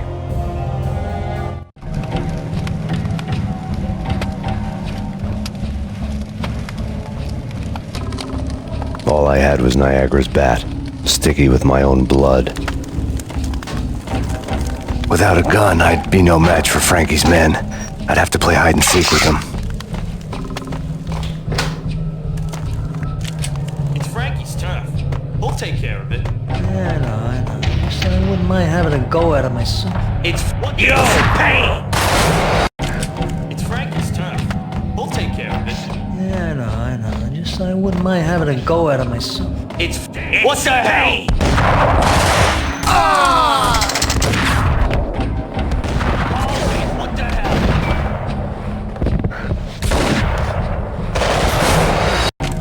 It's Frankie's turf. We'll take care of it. Yeah, I know. Just I... What the? It's Frankie's turf. We'll take care of it. Yeah, I know. What the?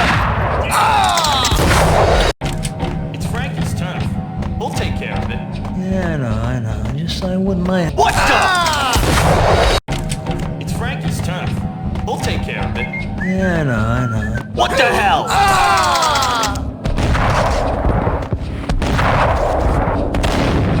Hey, it's Frankie's turf. We'll take care of it. Yeah, I know. What the hell? What the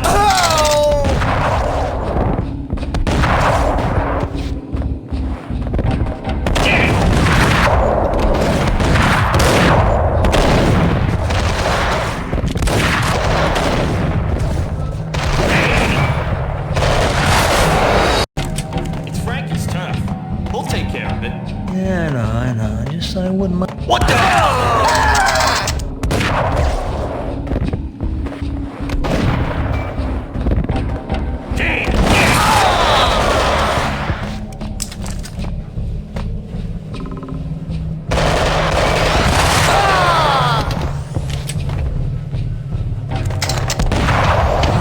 Hold it!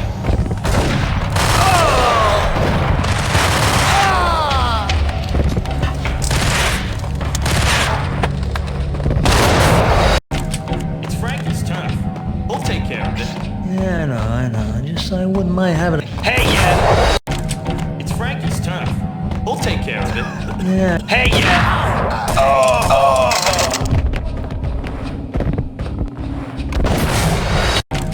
It's Frankie's turn. We'll take care of it. Yeah, I know. Hey, it's Frankie's turn. We'll take care of it. Yeah, I... What the hell? It's Frankie's turn. We'll take care of it. Yeah, I... Yo! What the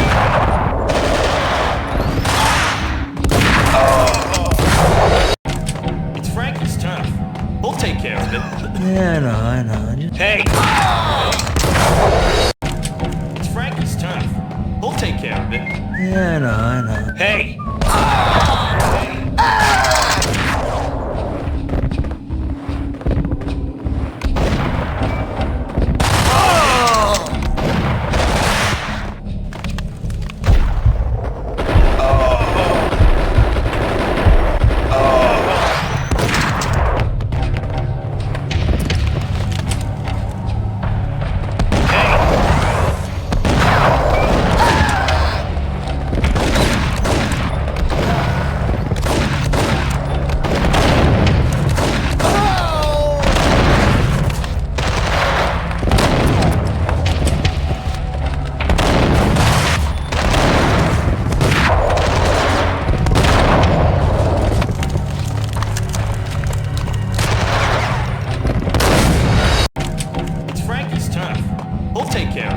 Yeah, I know. Just I wouldn't mind having a... What the? It's Frankie's turn. We'll take care of it. Yeah, I know. Just like... Damn! What the?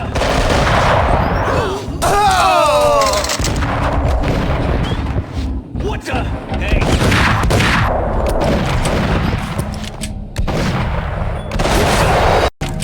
It's Frankie's turn. We'll take care of it. Yeah, I know. What the? It's Frankie's turn. We'll take care of it. wouldn't mind. What the hell? Okay. Oh! Yo!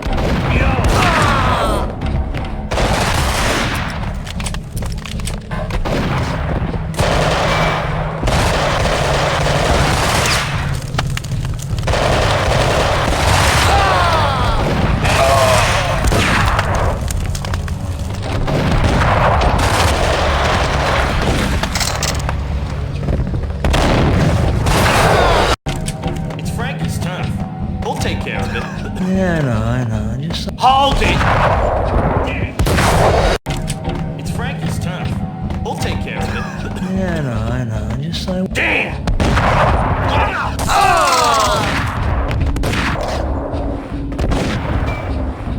Hold it! What the hell?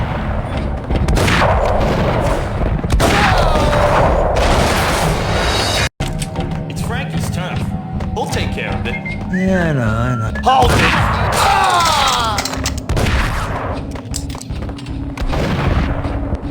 Hey,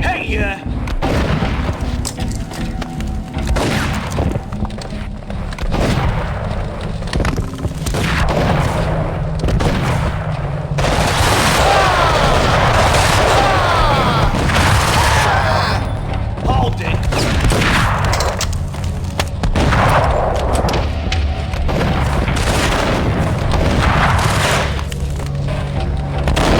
We'll take care of it. Yeah, I know. What the?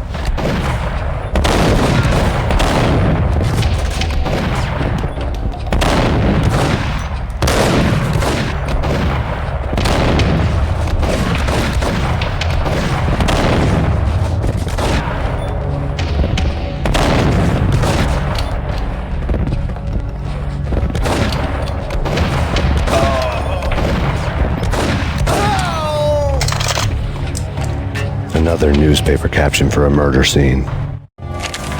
Frankie had left his calling card, a Captain Baseball bat boy strip, next to a sewer passage filled with bodies. You'd better not mess with Captain Baseball Bat Boy. Even my archenemy, Bicycle Helmet Girl, swoons at the sight of me. Aha! There were enough corpses to put a mass murderer to shame.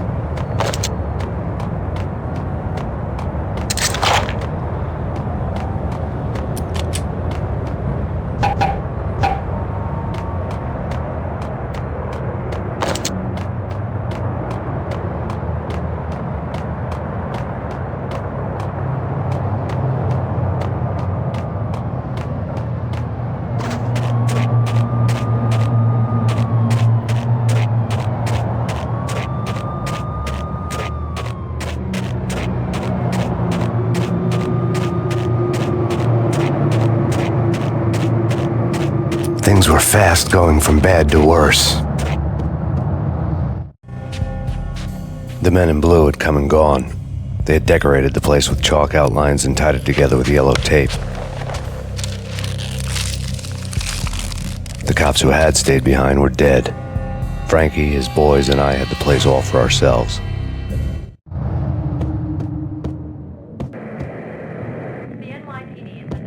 Just forget about it. Just forget about it. Hey, just forget about it. That crazy witch, you should have heard her. She was a real scream when the boys caught her trying to cap the Don. Oh, that's friggin' bad. To the trio? That's even worse than what Frankie's doing to that poor bastard downstairs. She's gonna take a long time to die. The mobster muscle on the phone was talking about Mona. Punchinello's trio were nothing but bad news. It's Payne!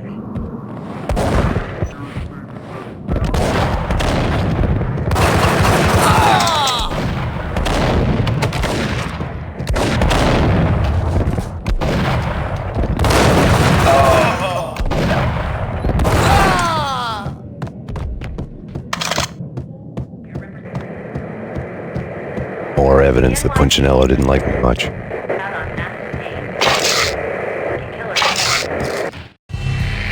The fact remains that all the victims so far identified in the Ragnarok shooting have been known criminals, many of whom had large doses of V in their blood. Reliable sources say that Max Payne was also among those killed, although no body has been recovered at this time. Reliable sources. That meant somebody thought the Mafia had me, didn't want the cops snooping around anymore. The body would be delivered to them barely recognizable. Case closed. Don Punchinello had the power to be that reliable source, which was no news. But his news was old news. Framing me hadn't been enough. Don Punchinello had put a hit on me. He wanted me dead, and it had been important enough for him to give written instructions to Frankie about it. Max Payne should die like a dog for the trouble he's caused. Frankie, I know I can trust you to give this matter the dedication it needs.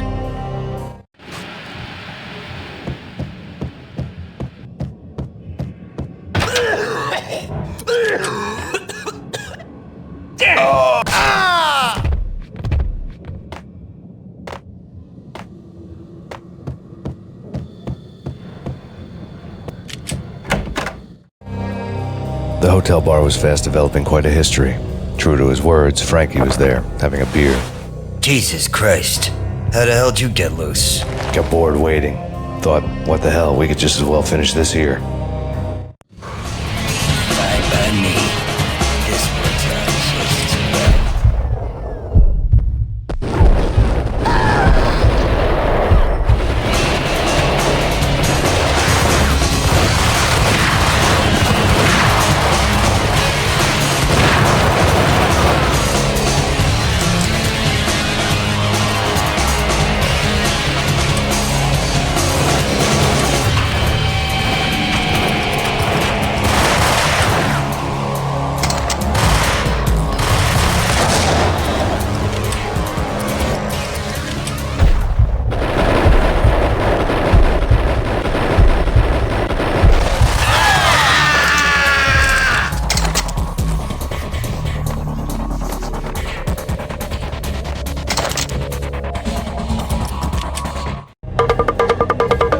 Thank you. You've been a lovely iron.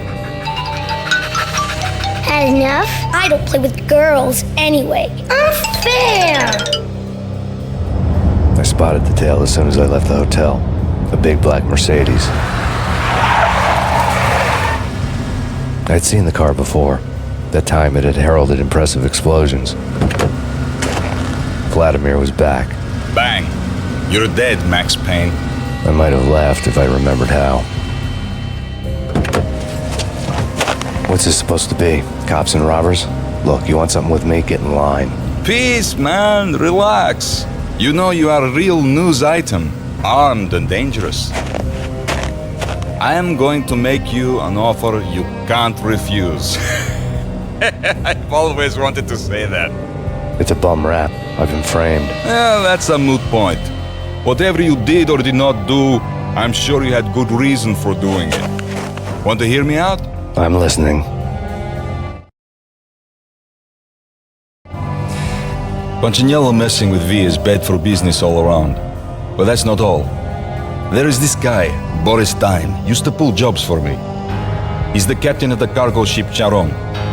Now the bastard turncoat has gone over to the other side, Punchinello's. The ship's loaded with high-res hardware, guns, my business. If Punchinello gets hold of that cargo, he's won and I have lost. And you'll have your work cut out for you. If you want to get to Punchinello, you will need heavy-duty persuaders. I am just the man to get them for you. Change the ship back under my flag, maybe pop 2 in the traitor Dime's head while you're at it. You'll get enough guns to start the apocalypse. You in or out? Let's get this show on the road. Vladimir was one of those old-time bad guys with honor and morals, which made him almost one of the good guys. None of us was a saint. The Brooklyn riverfront was a maze of rusty containers, sharp-boned cranes looming up from the snowstorm. On a night like this, you couldn't help but think of the dark army of dead men sleeping with the fishes, cement shoes in line. No Minotaur lurked in this labyrinth, but somewhere out there, on the clanking deck of his cargo freighter, the skipper of the Cheiron was waiting, like the ferryman of the River Styx. What the hell?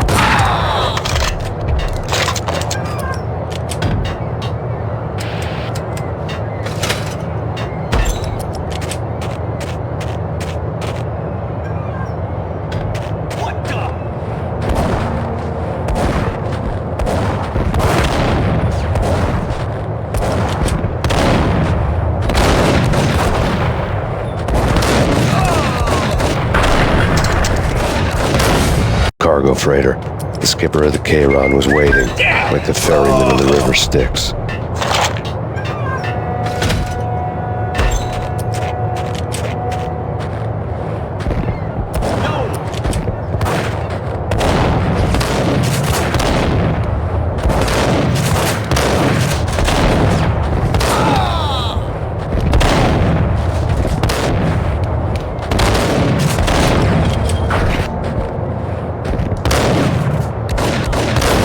Cargo freighter. The skipper of the Cheiron was waiting, like the cargo freighter. The skipper of the Cheiron was waiting, like the ferryman. Cargo freighter. The skipper of the Cheiron was waiting, like the ferryman of the River Styx.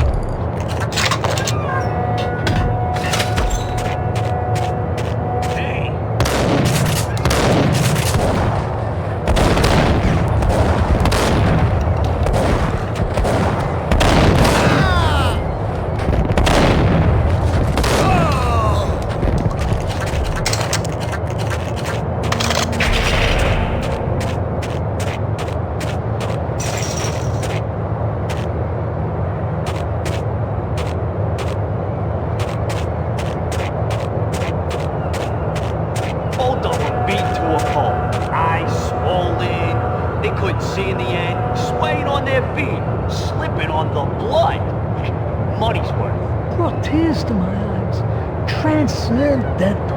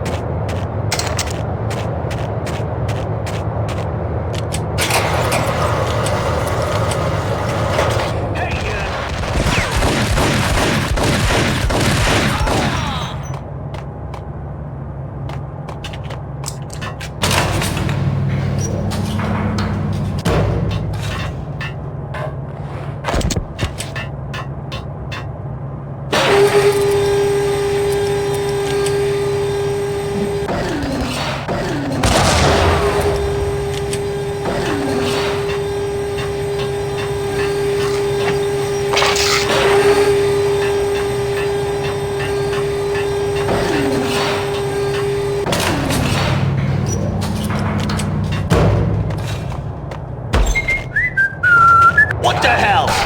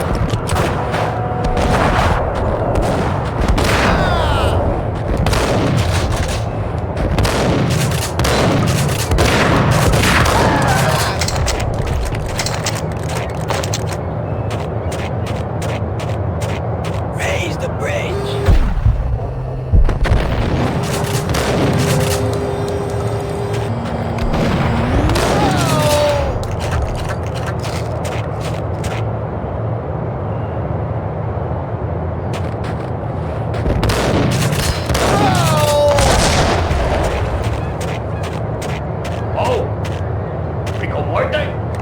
This way. In here.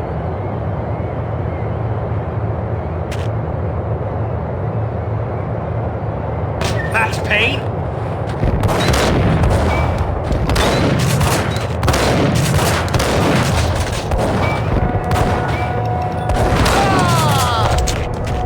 I doubted the letter was a receipt. Rico Muerte had come to town to do more than just sort out family troubles. Exhibits number 1, 2, and 3. Briefcase of money, a sniper rifle, and an envelope with one word neatly printed on a folded piece of expensive paper. Mayor. It didn't sound like a mafia contract at all. It was too cold and too to the point.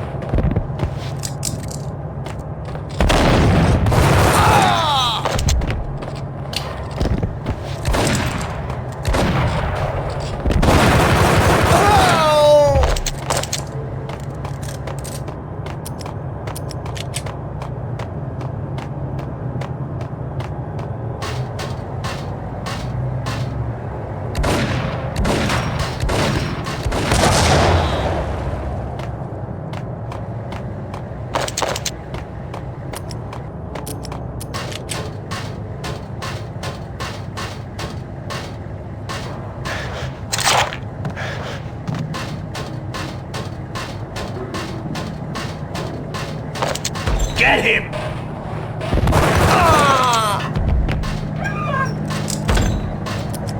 All right, found Boris Dime's ship.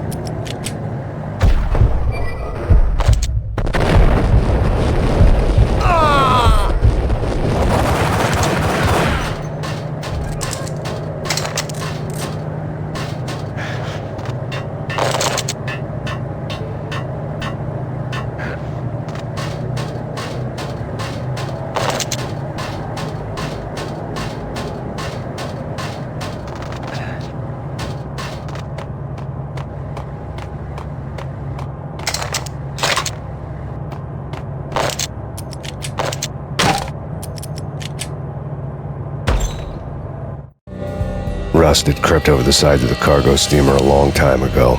Boris Dime would be on board. I'd have to smoke half of his crew to even get near the gangplank. The guns were probably being kept in the hold, buried amidst the rats and oily water.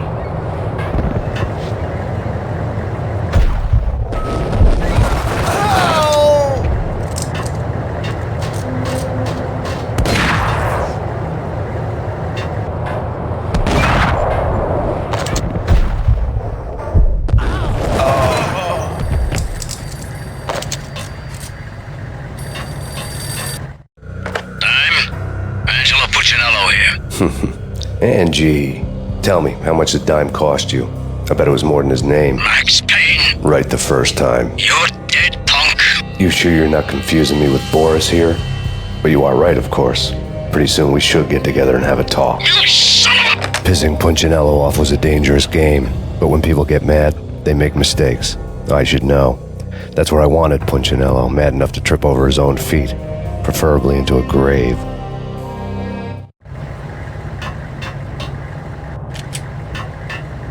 Dime!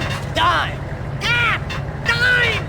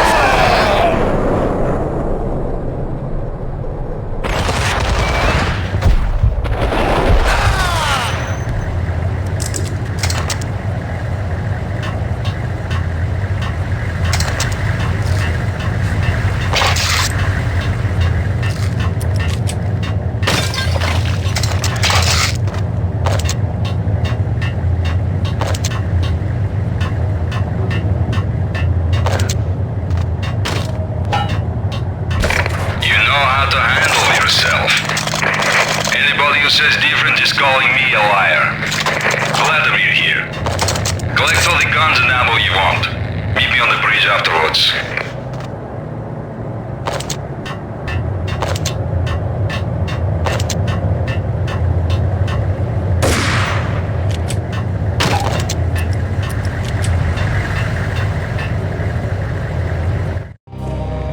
Did you get everything you need? Check. I owe you. Anything you need. This is my solo.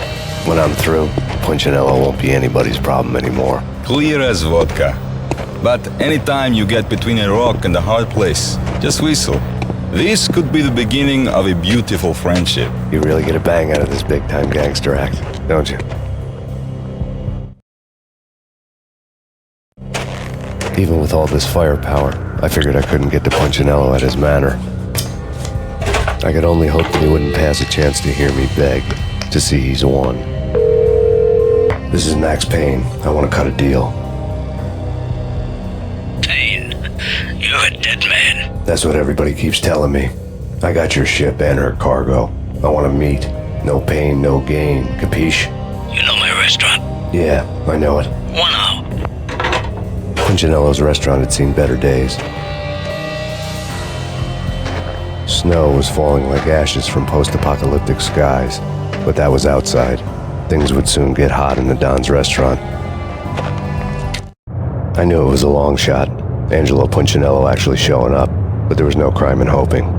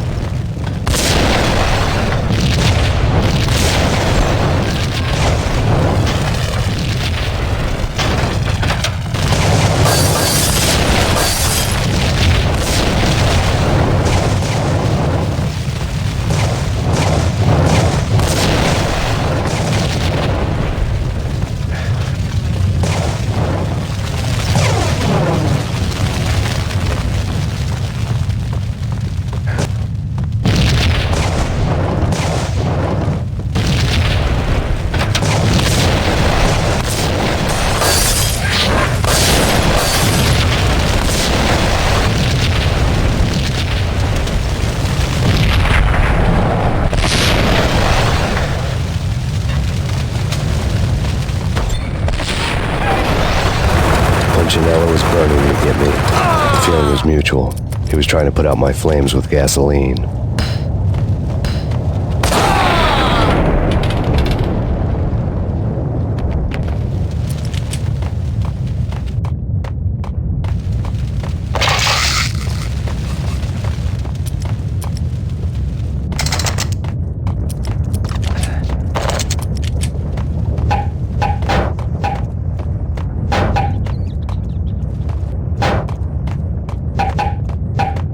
mobsters have been guarding a real treasure. The way out of this disco inferno. There he is!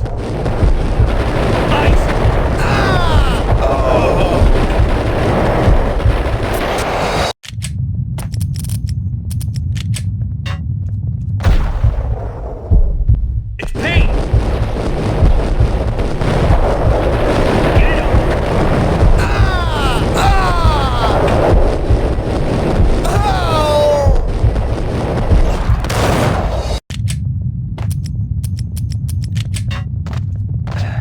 It's Payne!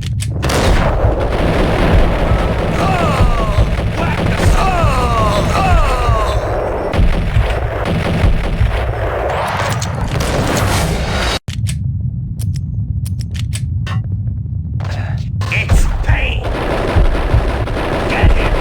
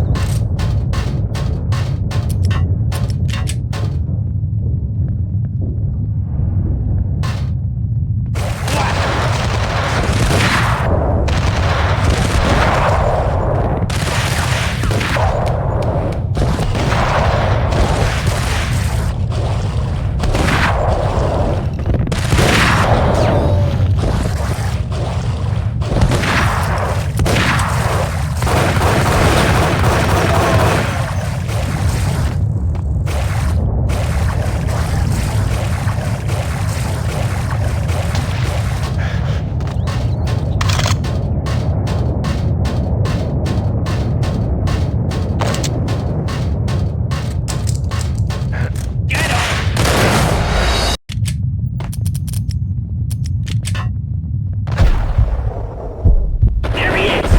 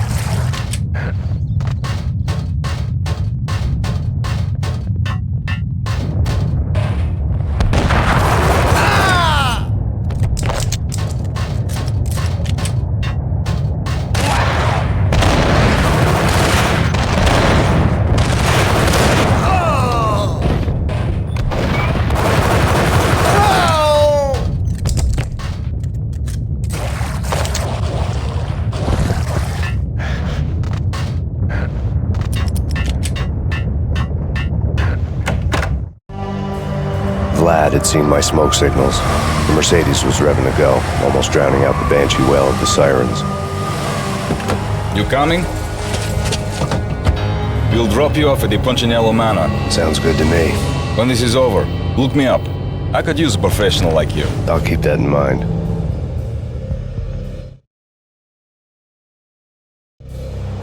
The night groaned with cold.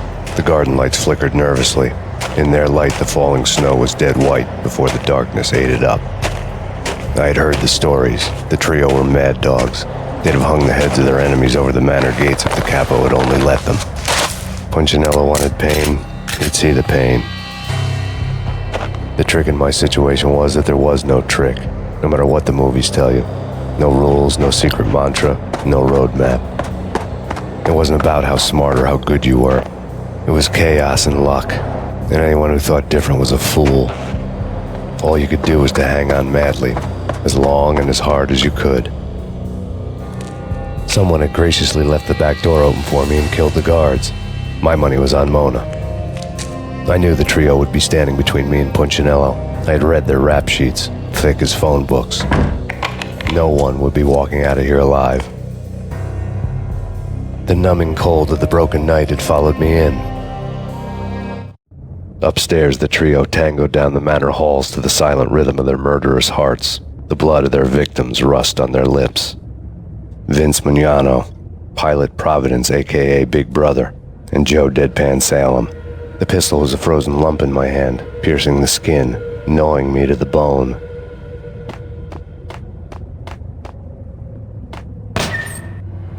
In death, the thug had been promoted to messenger. Someone hadn't enjoyed the Don's hospitality. Someone with a flair for the dramatic. Someone who had let herself out of a locked cell and past a couple of armed guards. My thoughts were on Mona again. I could only hope she was a good enough gambler to walk away while she was still winning, before she'd run into the trio.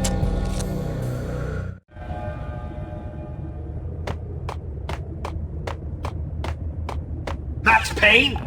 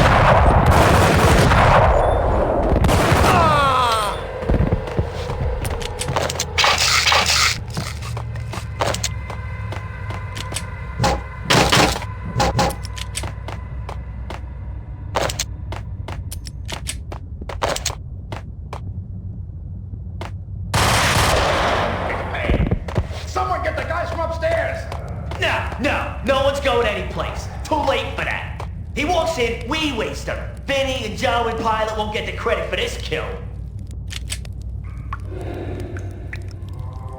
What the hell?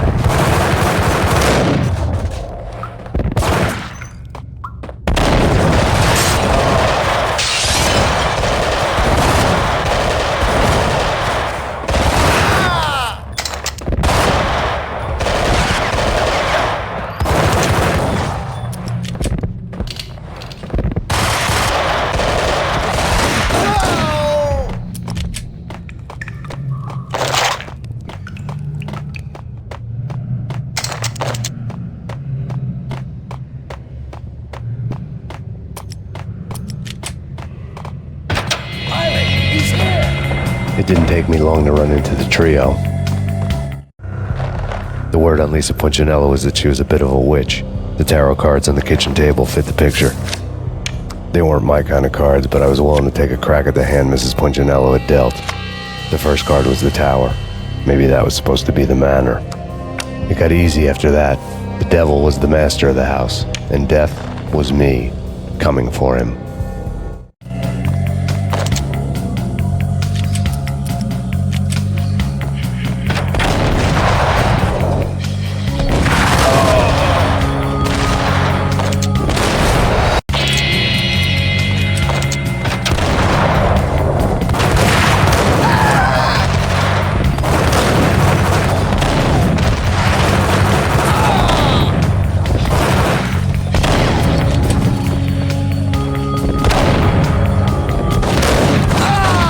One down, two to go.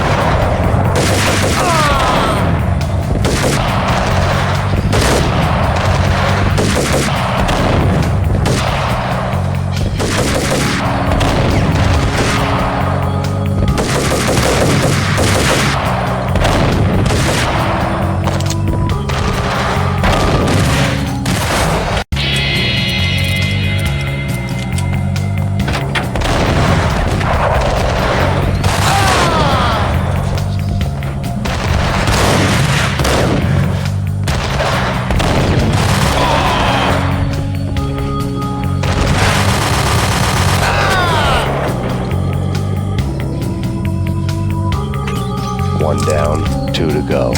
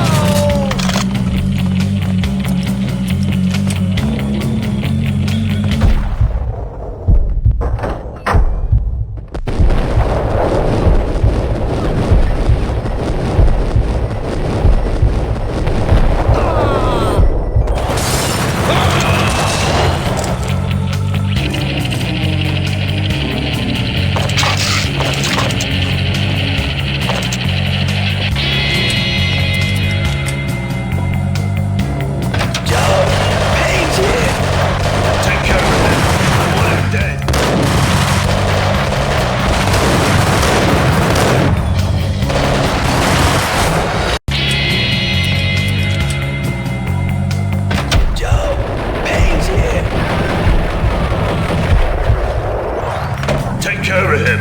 I want him dead.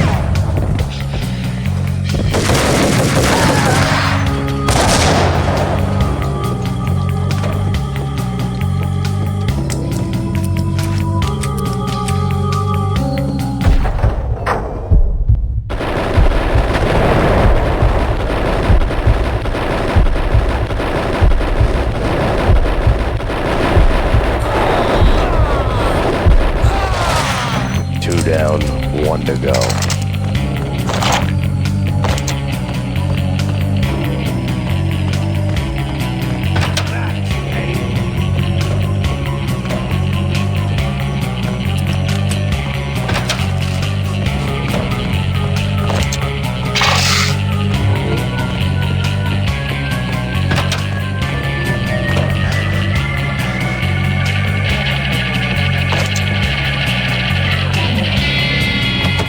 Stopping him! This will stop him. Hey, come on.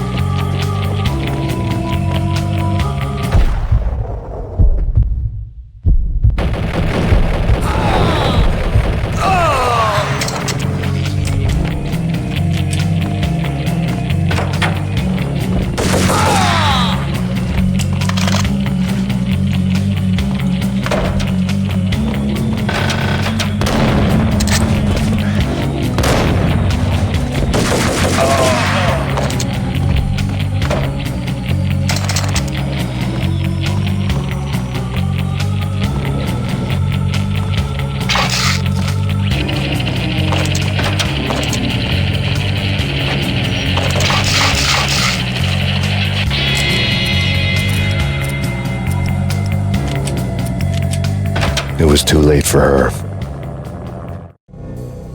You're a real angel, Max. I couldn't tell whether it was Mona or her sister. The body was a mess. The sick bastard had really gotten a kick out of it. Seeing her lying there got me thinking about another woman's body on another bed. Got me thinking about a fallen cradle.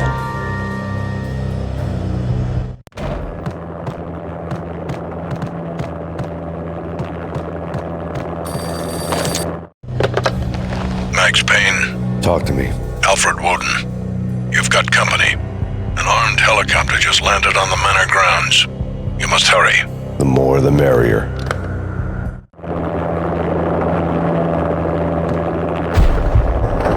Into the road, Payne.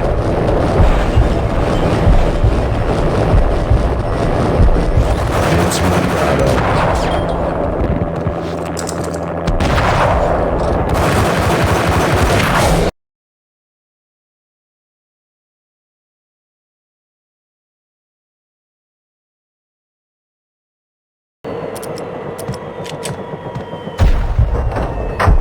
Into the road, Payne. Vince Milano.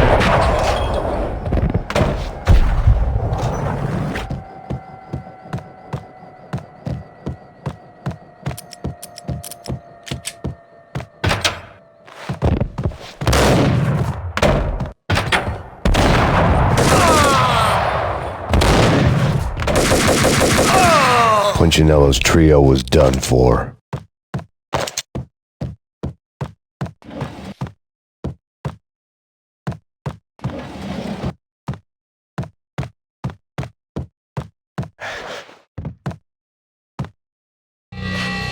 Outside my door. Hurry. He's coming for me.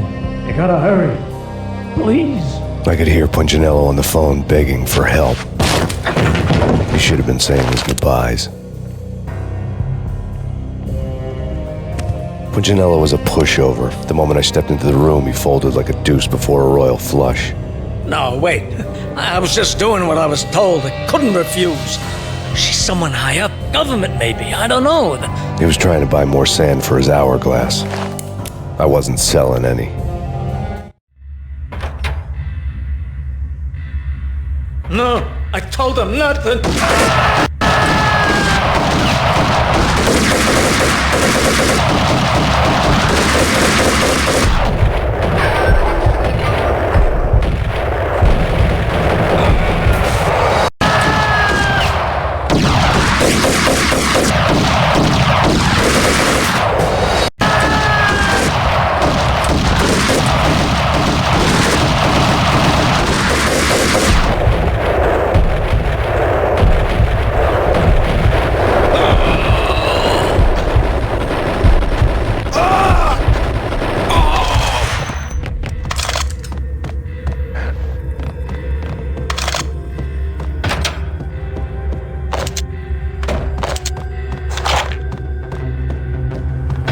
Drop it. Don't move. Game over, Max Payne. I could tell when I was outgunned. It was time to take another beating. The mystery witch was a real barracuda. Trouble on dagger heels, a smoking assault rifle in her hand, and an army of killer suits behind her. How sweet. I get to kill two birds with one stone. Sooner or later, it was going to catch up with you. Mr. Payne, it's time to show you the benefits of my brew. Be a good boy now. You'd find that Lady Luck was really a hooker. You were fresh out of cash.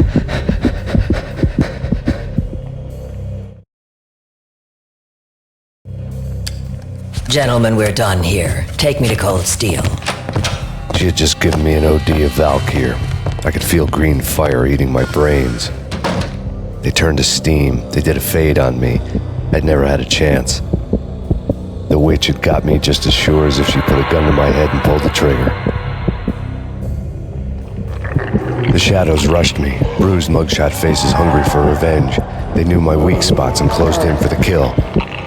The floor turned into a vortex of green blood. I fell. The flesh of fallen angels.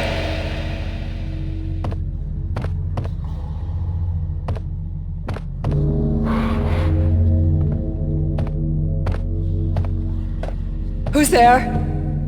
Max? Max, is that you? Max? Where are you, Max? Please.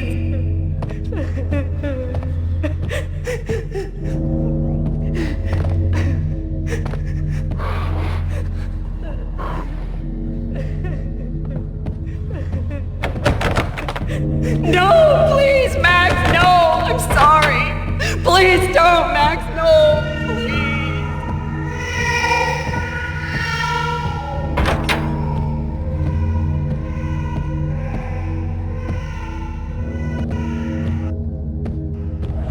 Max?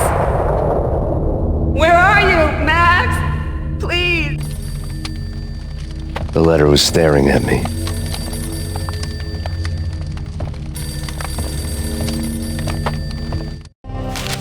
There was something disturbingly familiar about the letter before me. The handwriting was all pretty curves. You're in a graphic novel. The truth split my skull open, a glaring green light washing the lies away. All of my past was just fragmented still shots, words hanging in the air like balloons. I was in a graphic novel. Funny as hell. It was the most horrible thing I could think of. Bartender is shiny stuff and dreams are made of stooped necromancers. He sings like a banana wrist, having strayed too close to the constellations on their shaved skulls. There was a bad line in a prank call. Someone spouting insane babble. I couldn't make sense of it. But I had an overwhelming sense of deja vu, and the caller's voice sounded oddly familiar.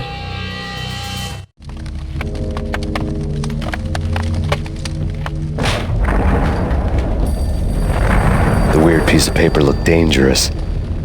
There was something disturbingly familiar about the letter before me. The handwriting was all pretty curves. You're in a computer game, Max.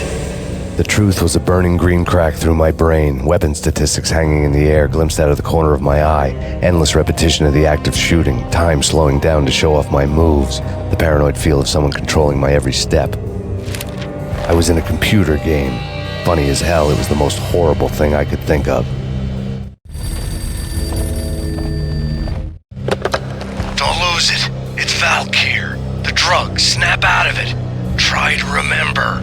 It was a bad line in a prank call, someone spouting insane babble. I couldn't make sense of it. But I had an overwhelming sense of deja vu, and the caller's voice sounded oddly familiar.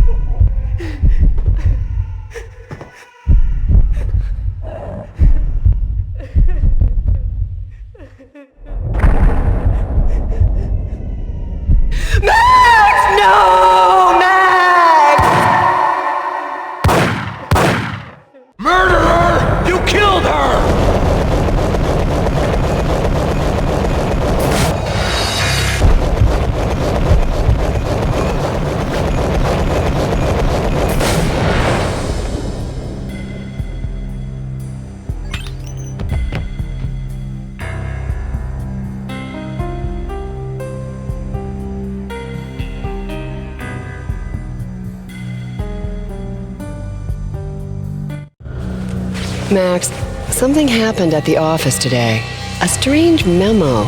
Something about Vikings. Honey, I gotta run. You can tell me all about it this evening. Have a nice day, darling. The bullet holes were rubies on her chest, blood glowing on her ivory skin. She was so beautiful. The killer was smiling. The flesh of fallen angels.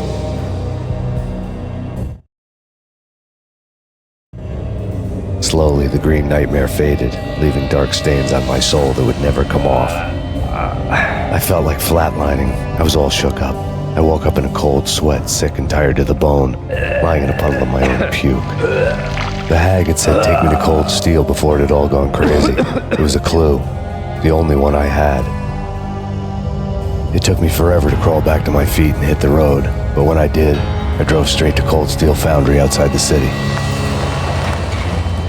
There was a whole lot of action around the place for a freezing winter night. Trucks coming and going, men running. I had the drop on the mystery witch. She thought I was dead. I was on her blind side.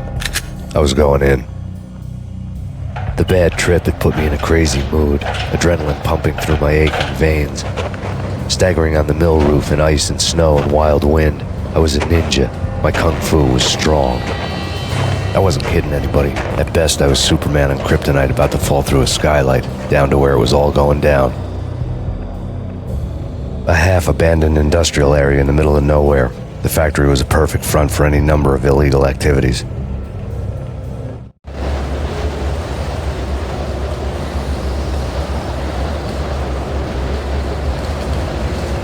In the belly of the plant, molten metal boiled and bubbled like a witch's brew.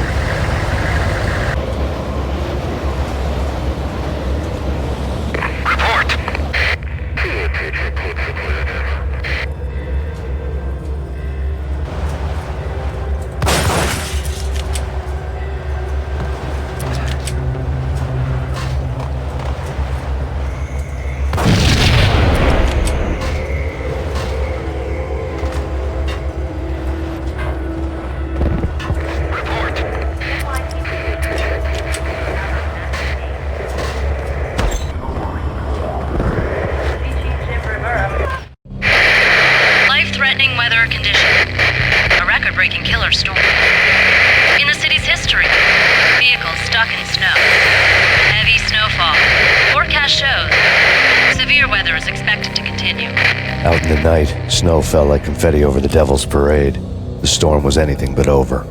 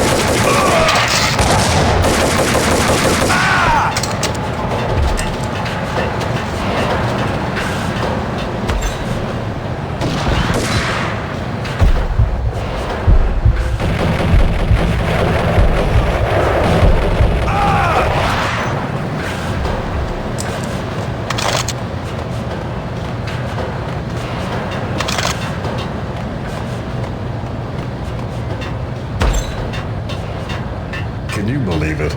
I bet they sleep with their rifles. I bet they've given them names. I guess. So, you don't have a name for your gun? Hello? Hell no. You do? Well, yeah, kind of. Hey, let's hear it. Well, I call it Dick Justice. I rest my case. In pursuit of the intruder.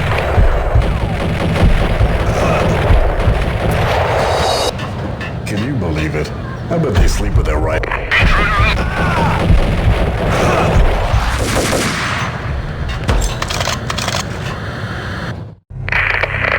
Perimeter breached. The facility has been compromised. Repeat, the Deep Six has been compromised. Initiate Operation Deadeye. The walkie-talkie military lingo could mean only one thing. They were getting ready to destroy the evidence and vanish into the night.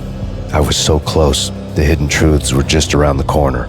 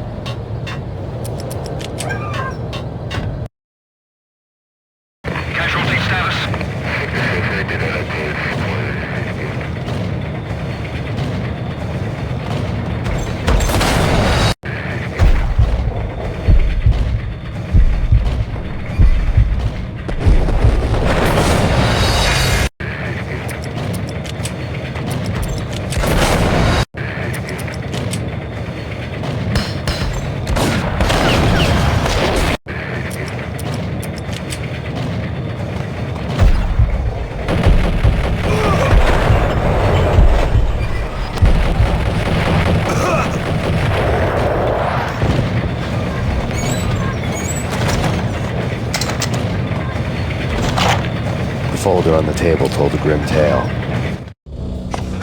The mercenaries were running a tight operation, paperwork and all. Merchandise missing again. A chemist had tried to smuggle it out for his own private party. Locked him up in cell B7 and D6's old test facility to wait for proper processing. I was close enough to hear the secrets, just beyond the next doorway.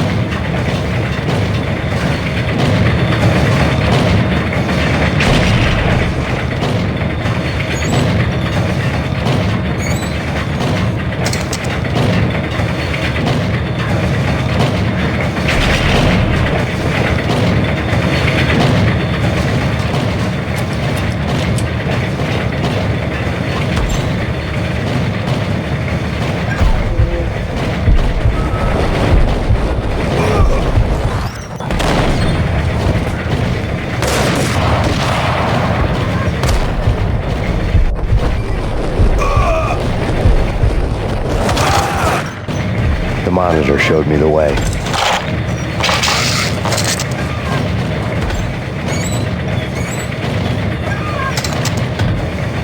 Processing diagrams fill the control room screens, all but one. An elevator titled D6 on one of the screens, somewhere onwards, past rows of ovens, in the core of the plant.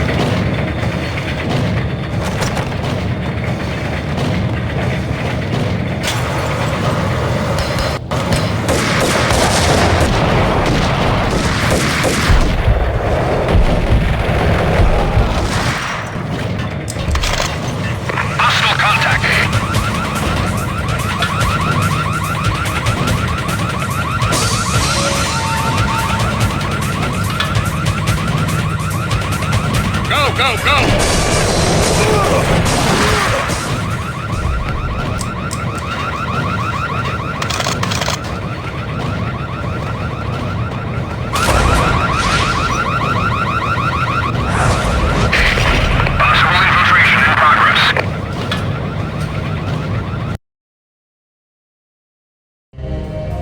I had taken on the role of the mythic detective, Bogart as Marlowe, or as Sam Spade going after the Maltese Falcon to unravel all the mysteries.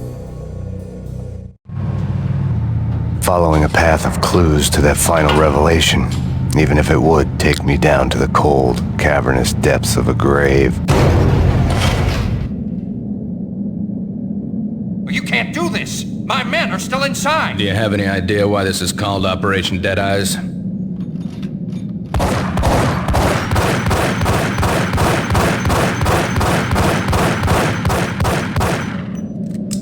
I think he's dead already. Let's do it.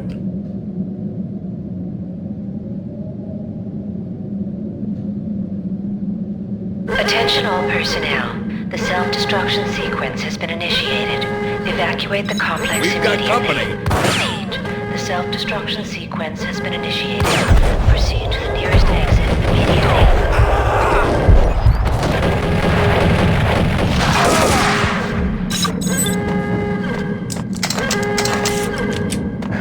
I had seen the logo on the floor before.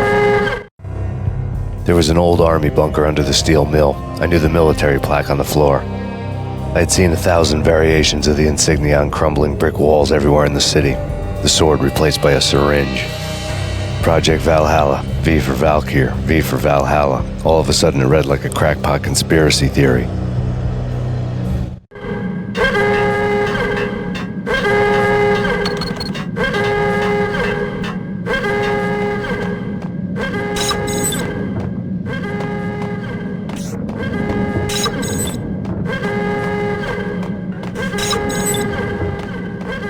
Abort! The self-destruction sequence has been initiated!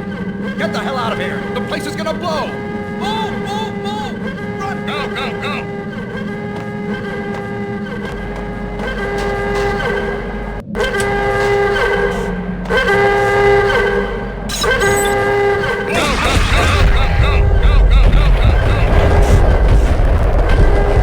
Attention all personnel.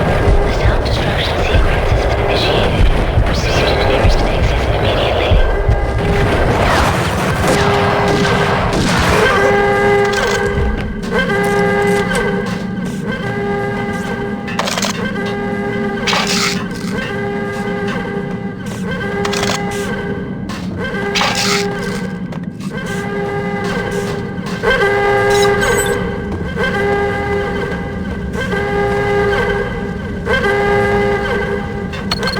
Like everything else in the Valkyr case, the door code was a mystery to me.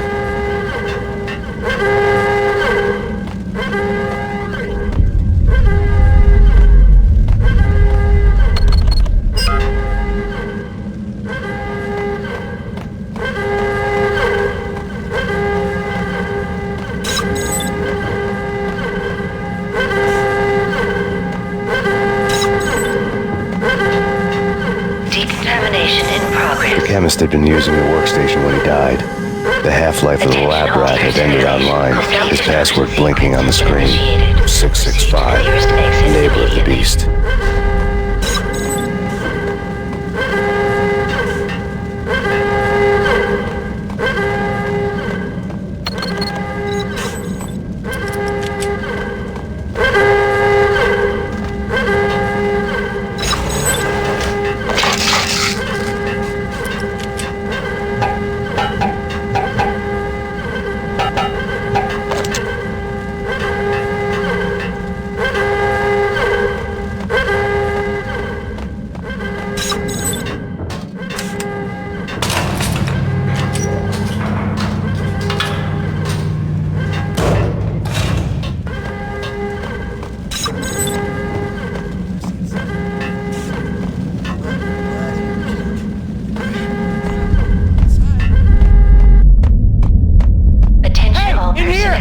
Get me out of here! I'm innocent! Sequence has been initiated. Let me out! Proceed to the nearest exit immediately. Thanks. I thought I was gonna die in there for sure. I need you to get me through the decontamination chamber airlock. You're crazy! No way! The place is blowing up, for Christ's sakes! Either that or back to the cell. Your choice. Okay, I'll do it. I'll do it.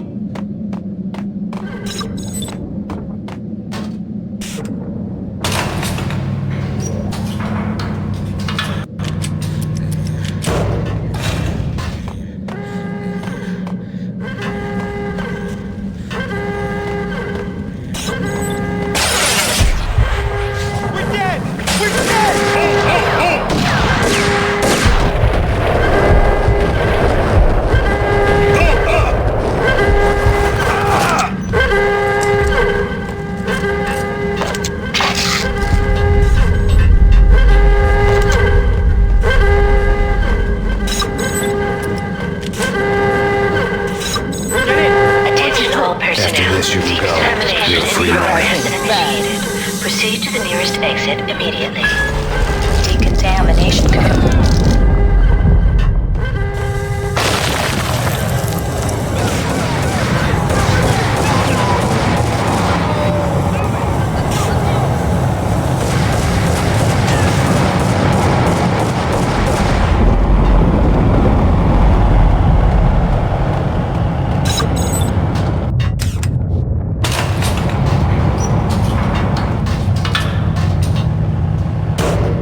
I was caught in the middle of the deadly web that was the Valkyr.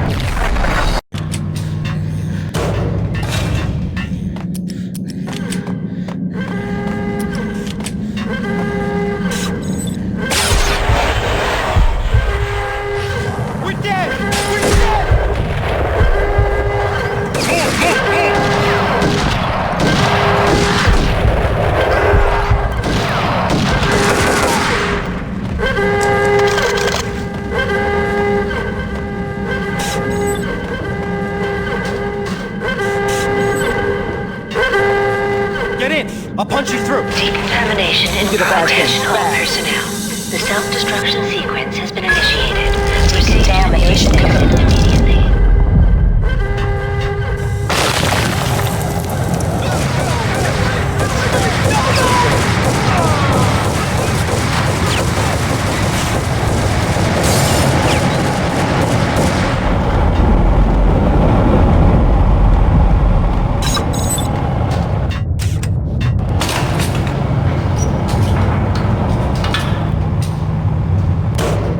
I was caught in the middle of the deadly web that was the Valkyr case.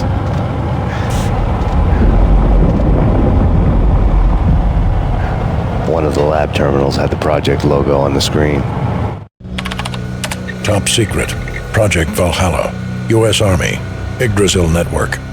Valhalla, the otherworldly place in Norse mythology where the bravest heroes spent their afterlife feasting and fighting forever, their wounds miraculously healed night after night. Valkyr, the maidens who chose the most courageous Viking warriors and carried them to Valhalla. 1991. The research objective is to create a chemical substance to enhance the stamina and morale of infantry troops. 1995. Results unsatisfactory. Project canceled. Someone had decided to continue the sick experiment unauthorized. Project compromised. Data leak. Fix the damage by any means necessary. Security clearance red. Authorized by the project lead. Field test. Double the dosage for all the remaining test subjects. Observe and record the subject's behavior in an urban setting. The drop-off point was my old address in New Jersey. The file dated 3 years ago. Just when you thought you had reached the deepest depths of horror, it suddenly got worse. How to turn off that small voice inside your head that started to whisper that you should be glad that now, if not before, your revenge was justifiable on any conceivable moral scale. That small voice proved, beyond any doubt, that I was damned. The dagger-heeled woman had come and gone a long time ago. There was nothing more for me here. The bunker's name was acting as a self-fulfilling prophecy.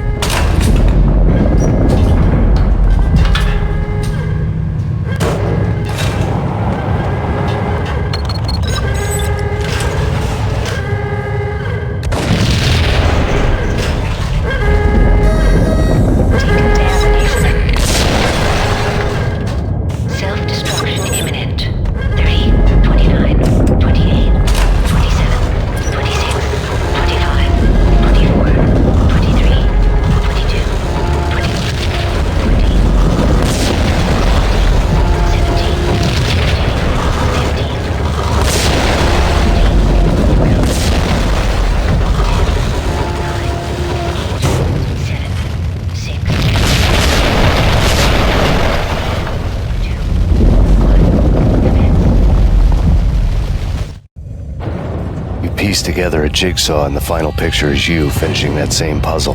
A mad, green-eyed killer standing behind you. An urban legend come true. The Project Valhalla test subjects had been the mad junkies who had murdered my loved ones. The rest was simple body count math. It all pointed to her. Ms. Valkyr. The factory went up in a fiery inferno behind me. All my leads were dead, turned to smoke and dust. I'd lost my way. I hadn't slept in a million years.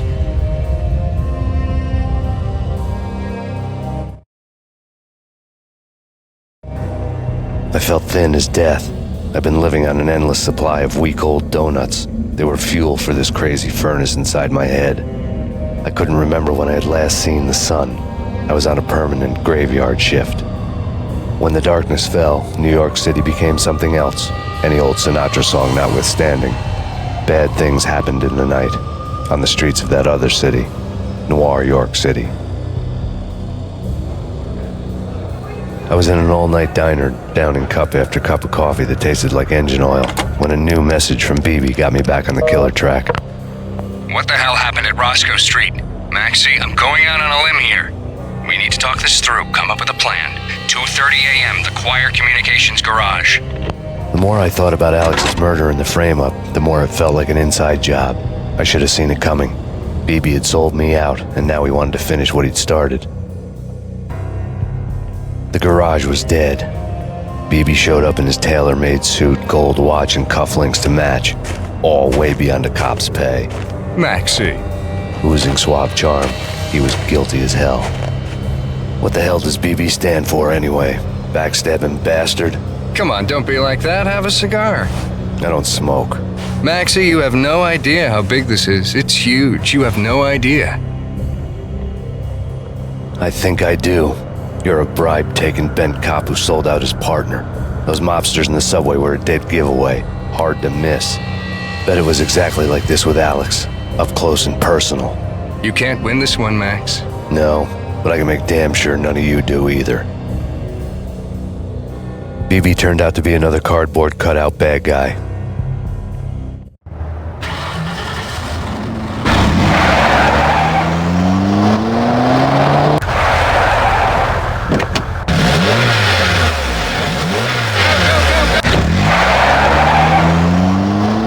A bad cop on the take. A cowardly right-hand man fleeing from the scene, leaving his paid thugs to do his dirty work.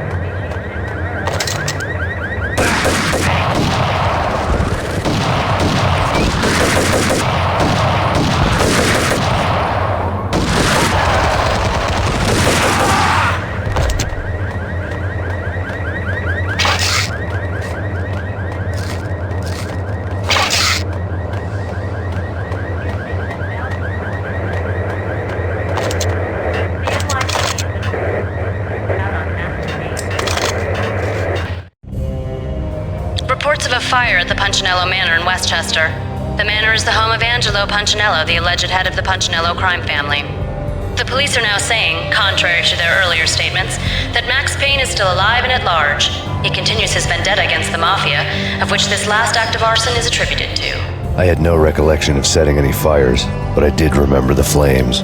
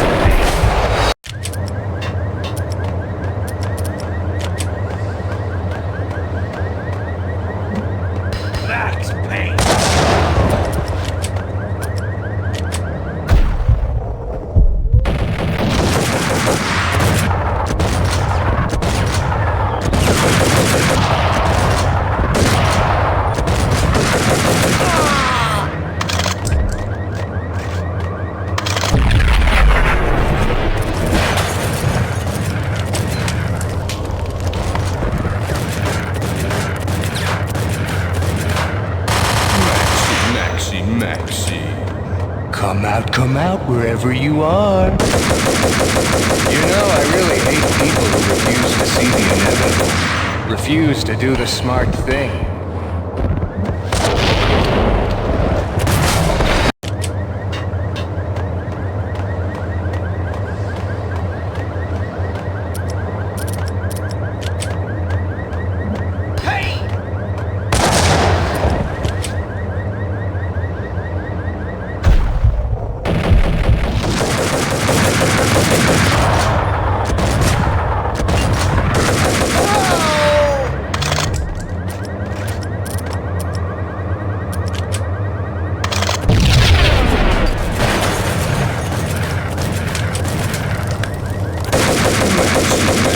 Maxie.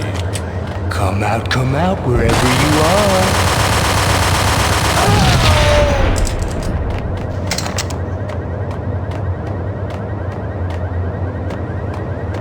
The payphone started to ring.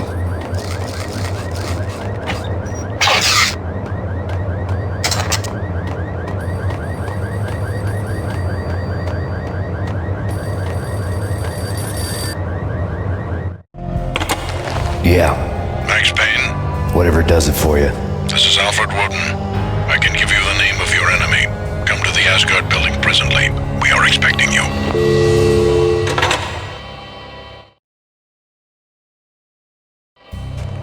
Woden was waiting for me on the steps of the old building.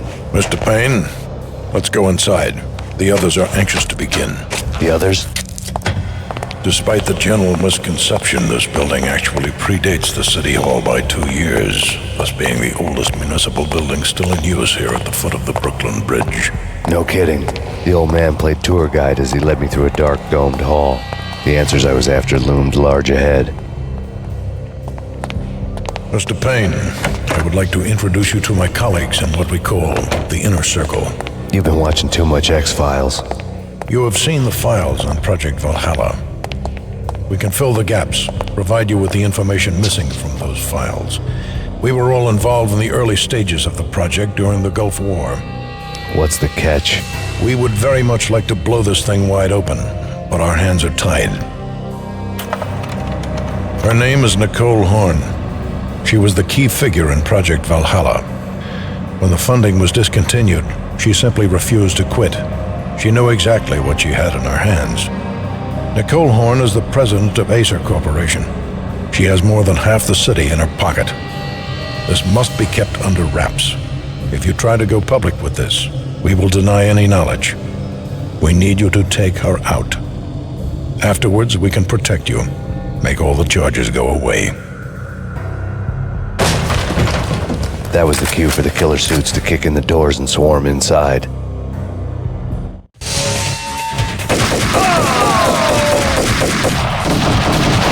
It was an impressive floor show, but I decided to leave early anyway. It was only a one-story fall. Lucky me.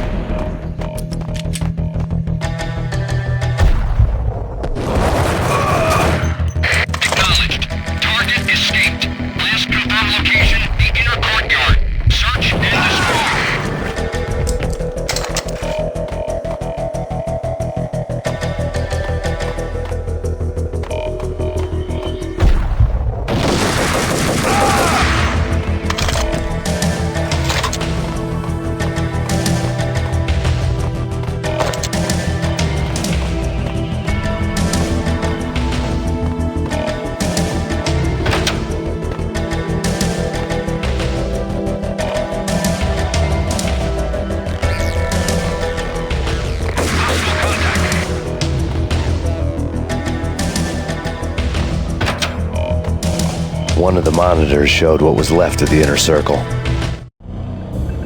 On screen, the so-called corpse of Alfred Woden stood up, miraculously waking from his dirt nap, looking smug among his dead pals. In the land of the blind, the one-eyed man is king. I didn't know how he'd pulled it off, but it was a pretty slick way to get out of all his promises. Most of what he had said fit too well to be a load of crap.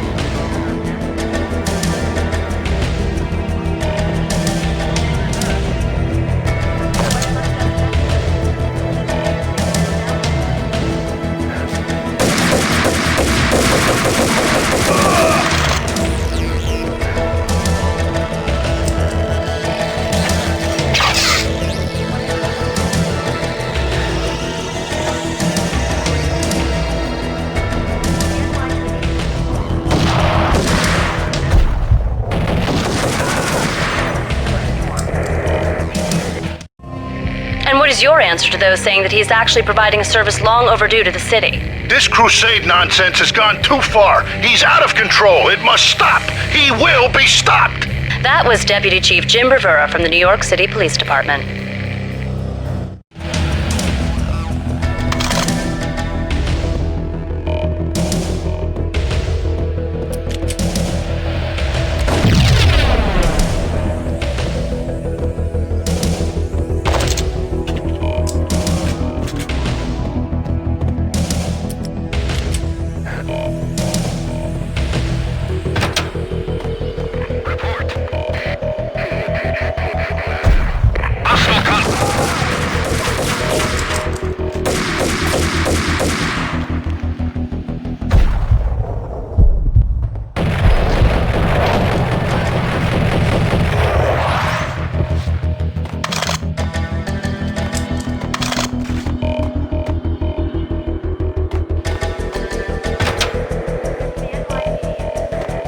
A videotape lay on the desk. Nicole Horn had blackmailed the inner circle into silence. The tape came with a curt extortion note on a piece of expensive paper.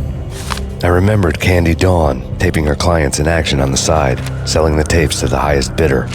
I was sure that kinky sex was nowhere near Alfred Woden's worst sin, but I had a feeling that when this was over, any collateral would come in handy.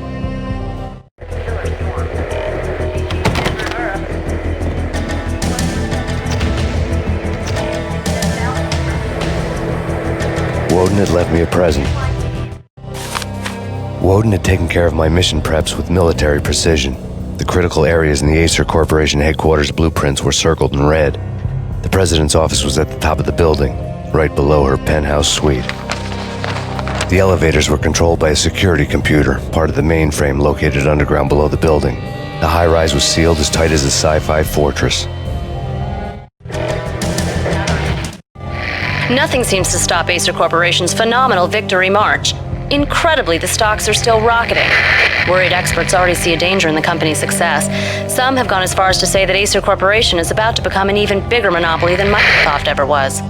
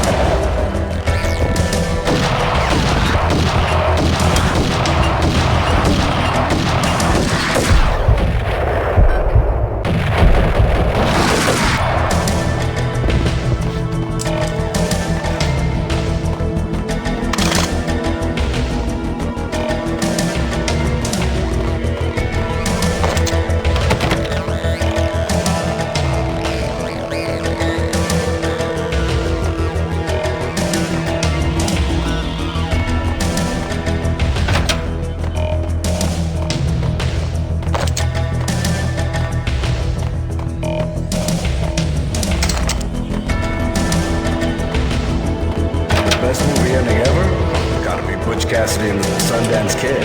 A hero's end, going out with guns blazing. Never heard of it? No? Okay, newer stuff then. The Usual Suspects, where Spacey works out of the police station and suddenly loses his limb. Or hey, Seven, where Brad Pitt gets to that head-sized blood-soaked cardboard box. Now I know. Freaking zombie demons from outer space. Drowning in blood was cool. Oh, why do I even bother? Sometimes, honestly, I don't know. What the?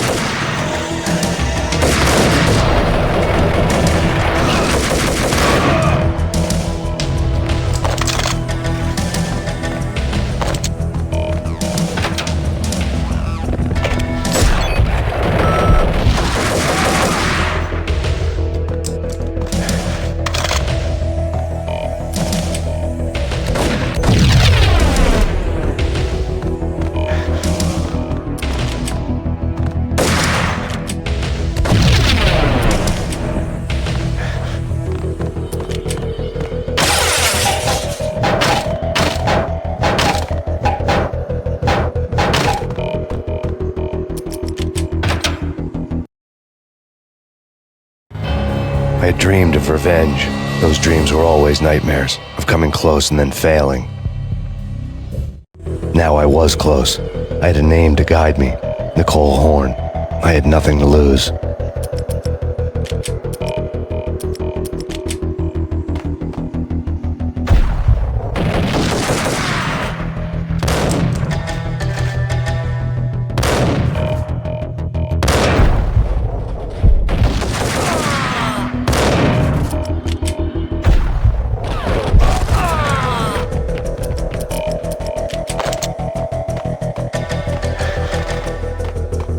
The Inner Circle had quite a track record. Project Valhalla had not been the only thing the Inner Circle had been involved in. There were rows of cabinets full of files. The Serpentine Secret Society went back a long way, always pulling strings from the shadows. I couldn't say I was sorry. Woden's move in some Byzantine power game had cut the Circle's membership roster to 1. The old man wanted me on cleanup duty. It was my mess, too.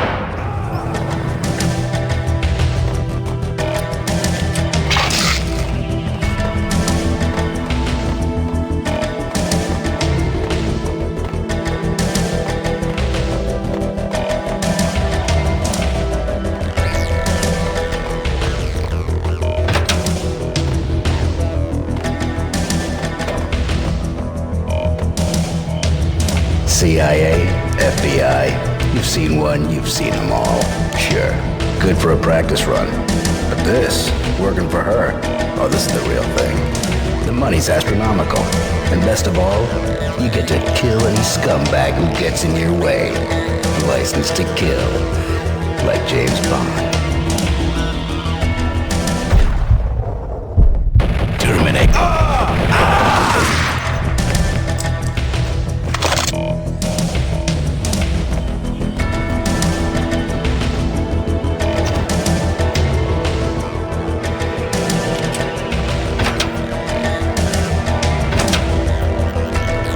Take him down. Shoot to kill. Let's finish this.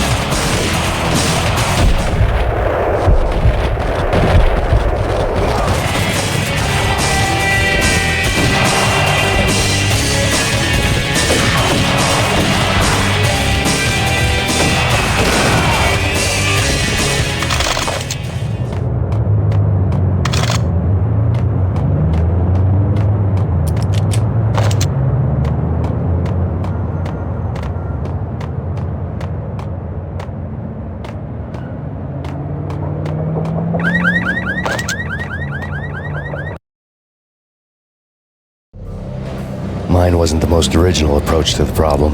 It wasn't as if it hadn't all been done before. An eye for an eye, the first principle of revenge. Old as dirt, still going strong. The cardinal rule in going after someone with an intention to kill was not to make it personal, which it almost always ended up being anyway. It did with me. I took my time, cruising around the city in the snow. There was no hurry. I knew what I had to do now. I took my time, thinking about it, building up the rage.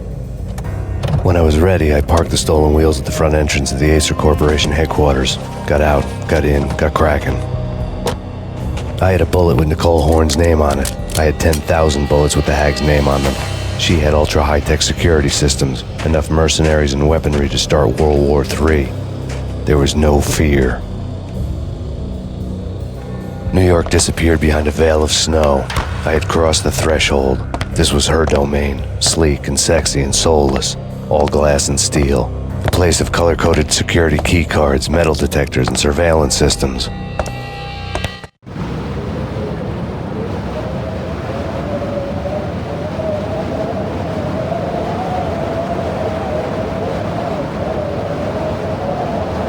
Colder than a walk-in fridge.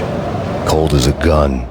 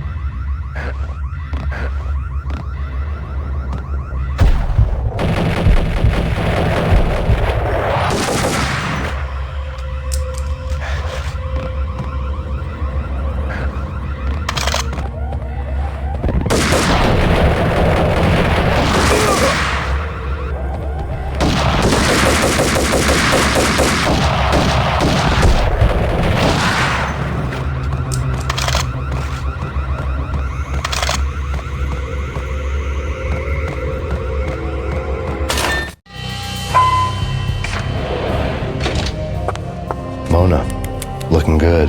Max, we gotta stop meeting like this. It will be a cold day in hell before I let a narc cop stop me. Miss Sachs, do your job. Relax, Max. You're a nice guy. I don't kill nice guys. You're not bad yourself. It was different when Horn wanted Punchinello dead. To cut her ties to the Mafia, he deserved to die. The same goes with her. She's the bad guy here. Her sister was whispering to her in my favor. I knew the appetites of ghosts intimately. They hungered for revenge. No! A gunshot boomed and she fell down in slow motion. She was a nice girl, not really a stone-cold killer. And now she was stone-cold dead. Like religious fanatics or loyal samurai, Horn's private army was coming at me. Contact.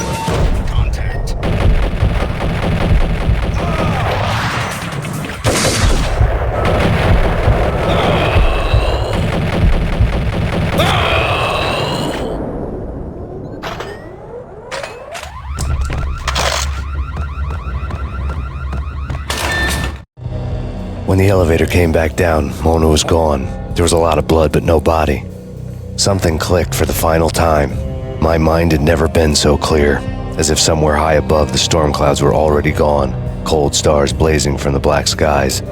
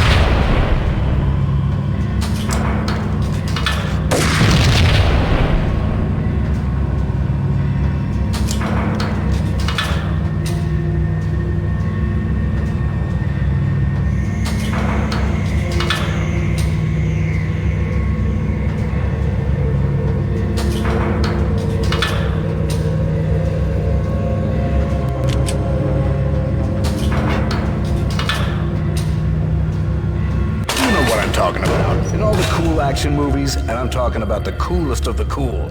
It always seems like time slows down in the middle of the action. You know, you can see the bullets flying through the air, the hero dodging in slow motion. Oh man, it would be so cool to be able to do that. Bullet time, that's what they call it. Bullet time, yeah, would be so cool.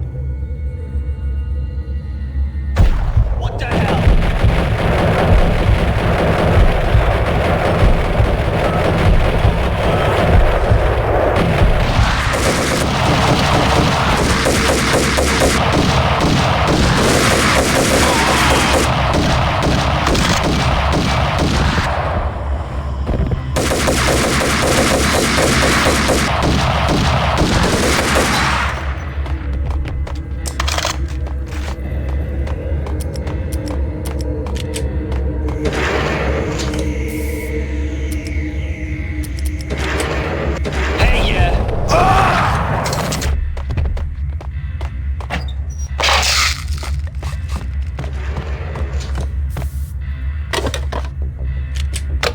I had elevator access to the mainframe. From there, I'd be able to override the security locks and get to her office.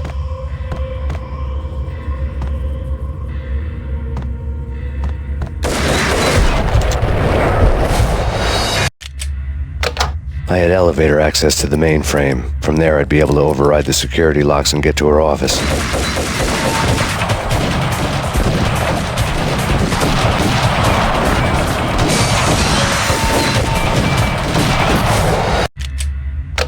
I had elevator access to the mainframe. From there, I'd be able to override the security locks and get to her office.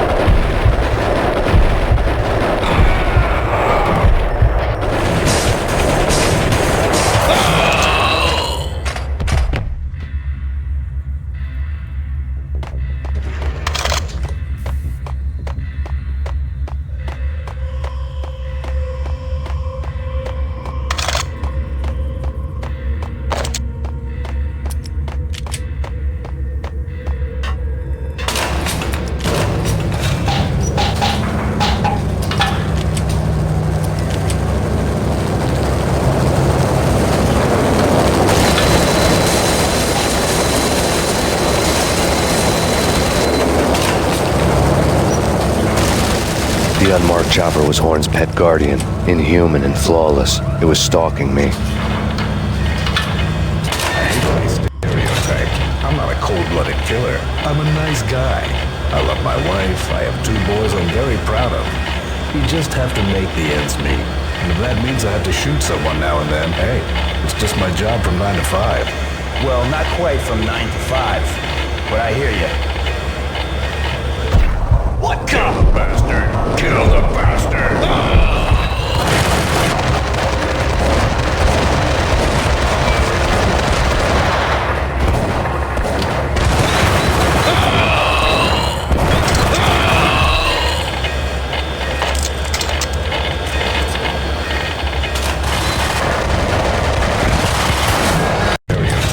I'm not a cold-blooded killer. I'm a nice guy. What the? Kill the bastard! Kill the bastard! I'm not a cold-blooded killer. I'm a nice... No! Kill the bastard!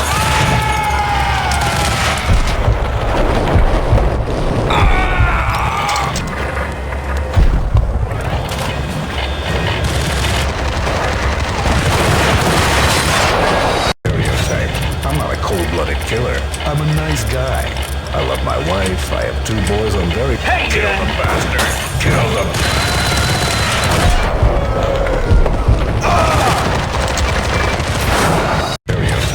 I'm not a cold-blooded killer. I'm a nice... Kill the bastard!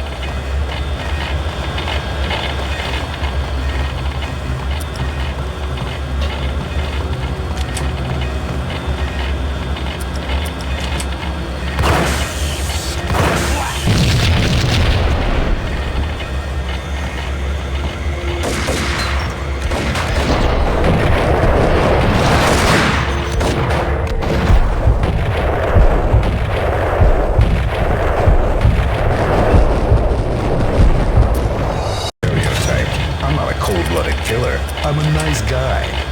Kill the bastard! Kill the bastard!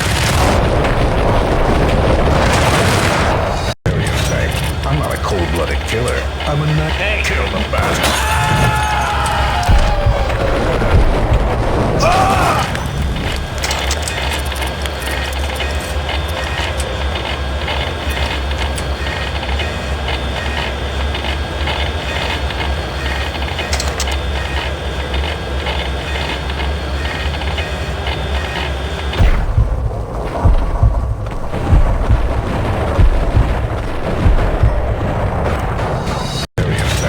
I'm not a cold-blooded killer. I'm a nice guy.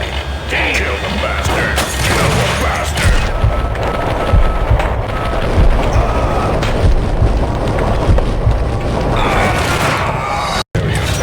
I'm not a cold-blooded killer. I'm a nice guy. I love my wife. I have 2 boys I'm very... Kill the bastard!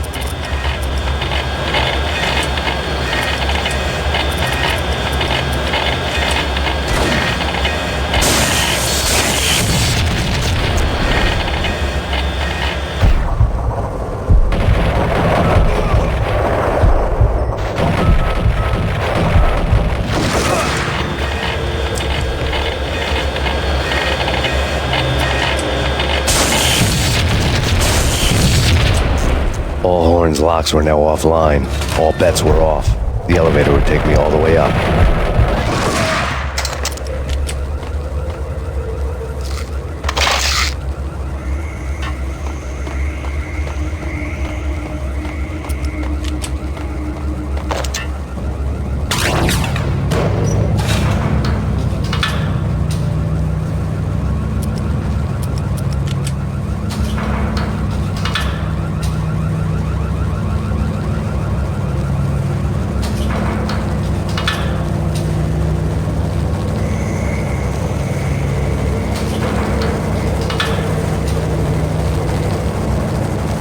Seen from this height, the night seemed to stretch on to eternity. A hint of desperation had crept into the snowstorm, as if it was trying to get it all out before the end.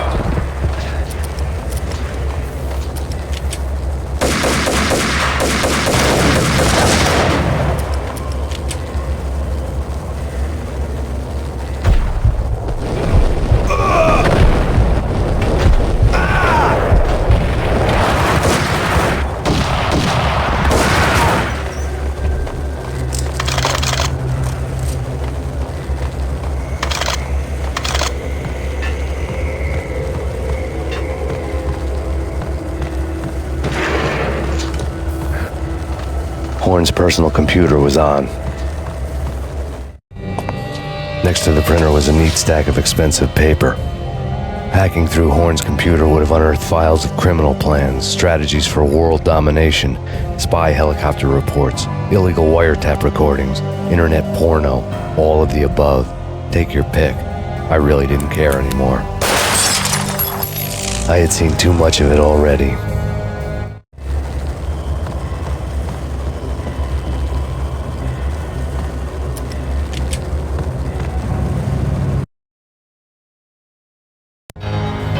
Valkyr had been meant to be a white-winged maiden that would lift you to a warrior's heaven, but it turned out to be a one-way demon ride to hell. The devil was in the drug. I knew. I had met him.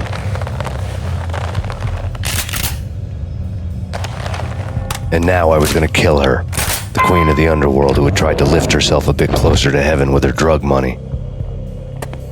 No begging, no bribes. She knew better. Honor among killers. We who were about to die. Both of us knew how this would end, in pain and suffering. All this because your wife stuck her nose into things that were none of her business. The cops were coming to take me away. The sirens were like a bad conscience I couldn't shake. It's ridiculous you've made it this far. You won't be alive when they get here. Stop him!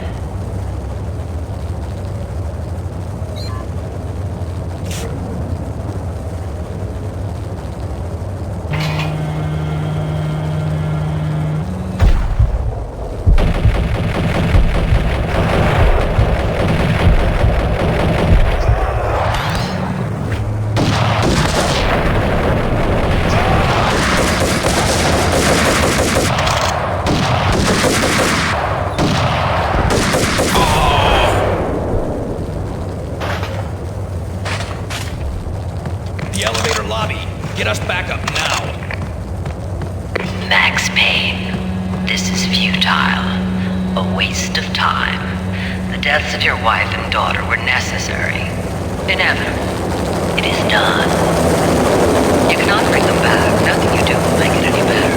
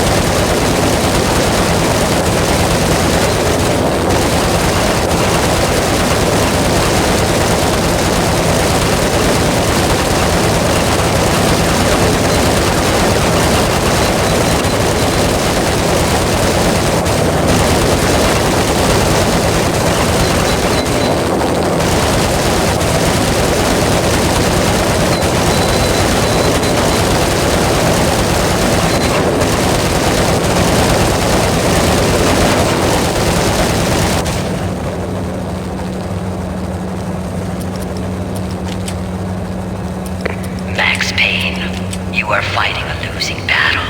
You cannot survive this. You will die. Stop fighting. Make it easy for yourself. Accept your fate. You will die here.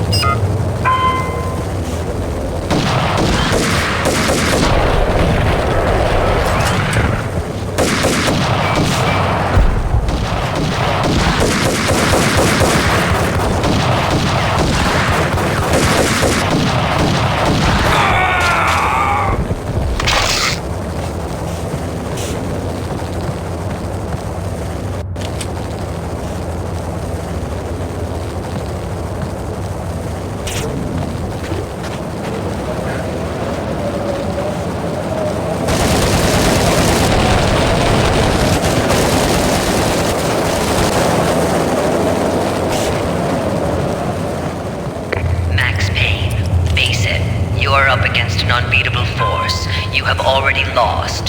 You have lost. Only death will set you free from your pain. Accept it. Surrender. Give up.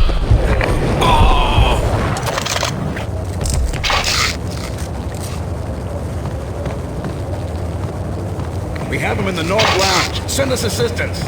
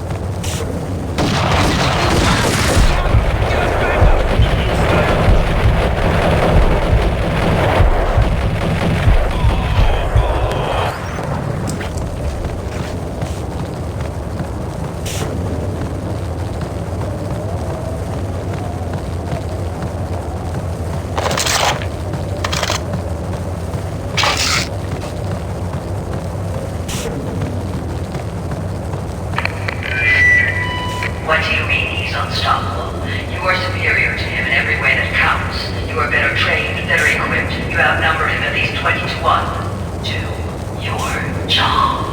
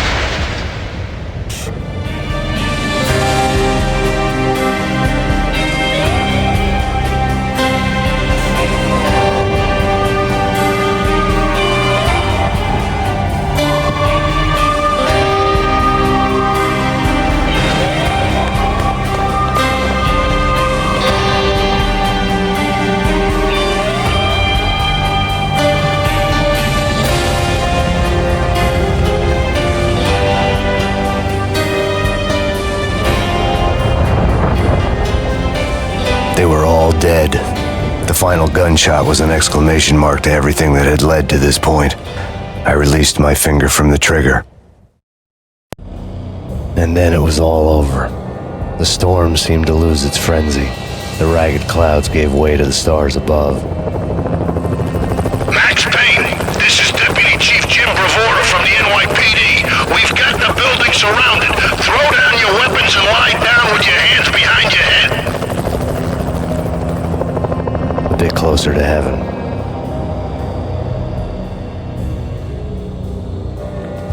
The cops' voices were distant and muted. Freeze! NYPD! Hold it right there! My ghosts released me from their haunting. Down below, New York City glittered like diamonds on black velvet. You gave us one hell of a ride. Take him down to Central Booking. You heard the man. Woden was there in the crowd, standing by the sidelines. It wouldn't be over till the man with the patch would say so. He'd say the right words. I knew he would. He'd better. Woden grinned smugly. It was the grin of a winner. That made two of us.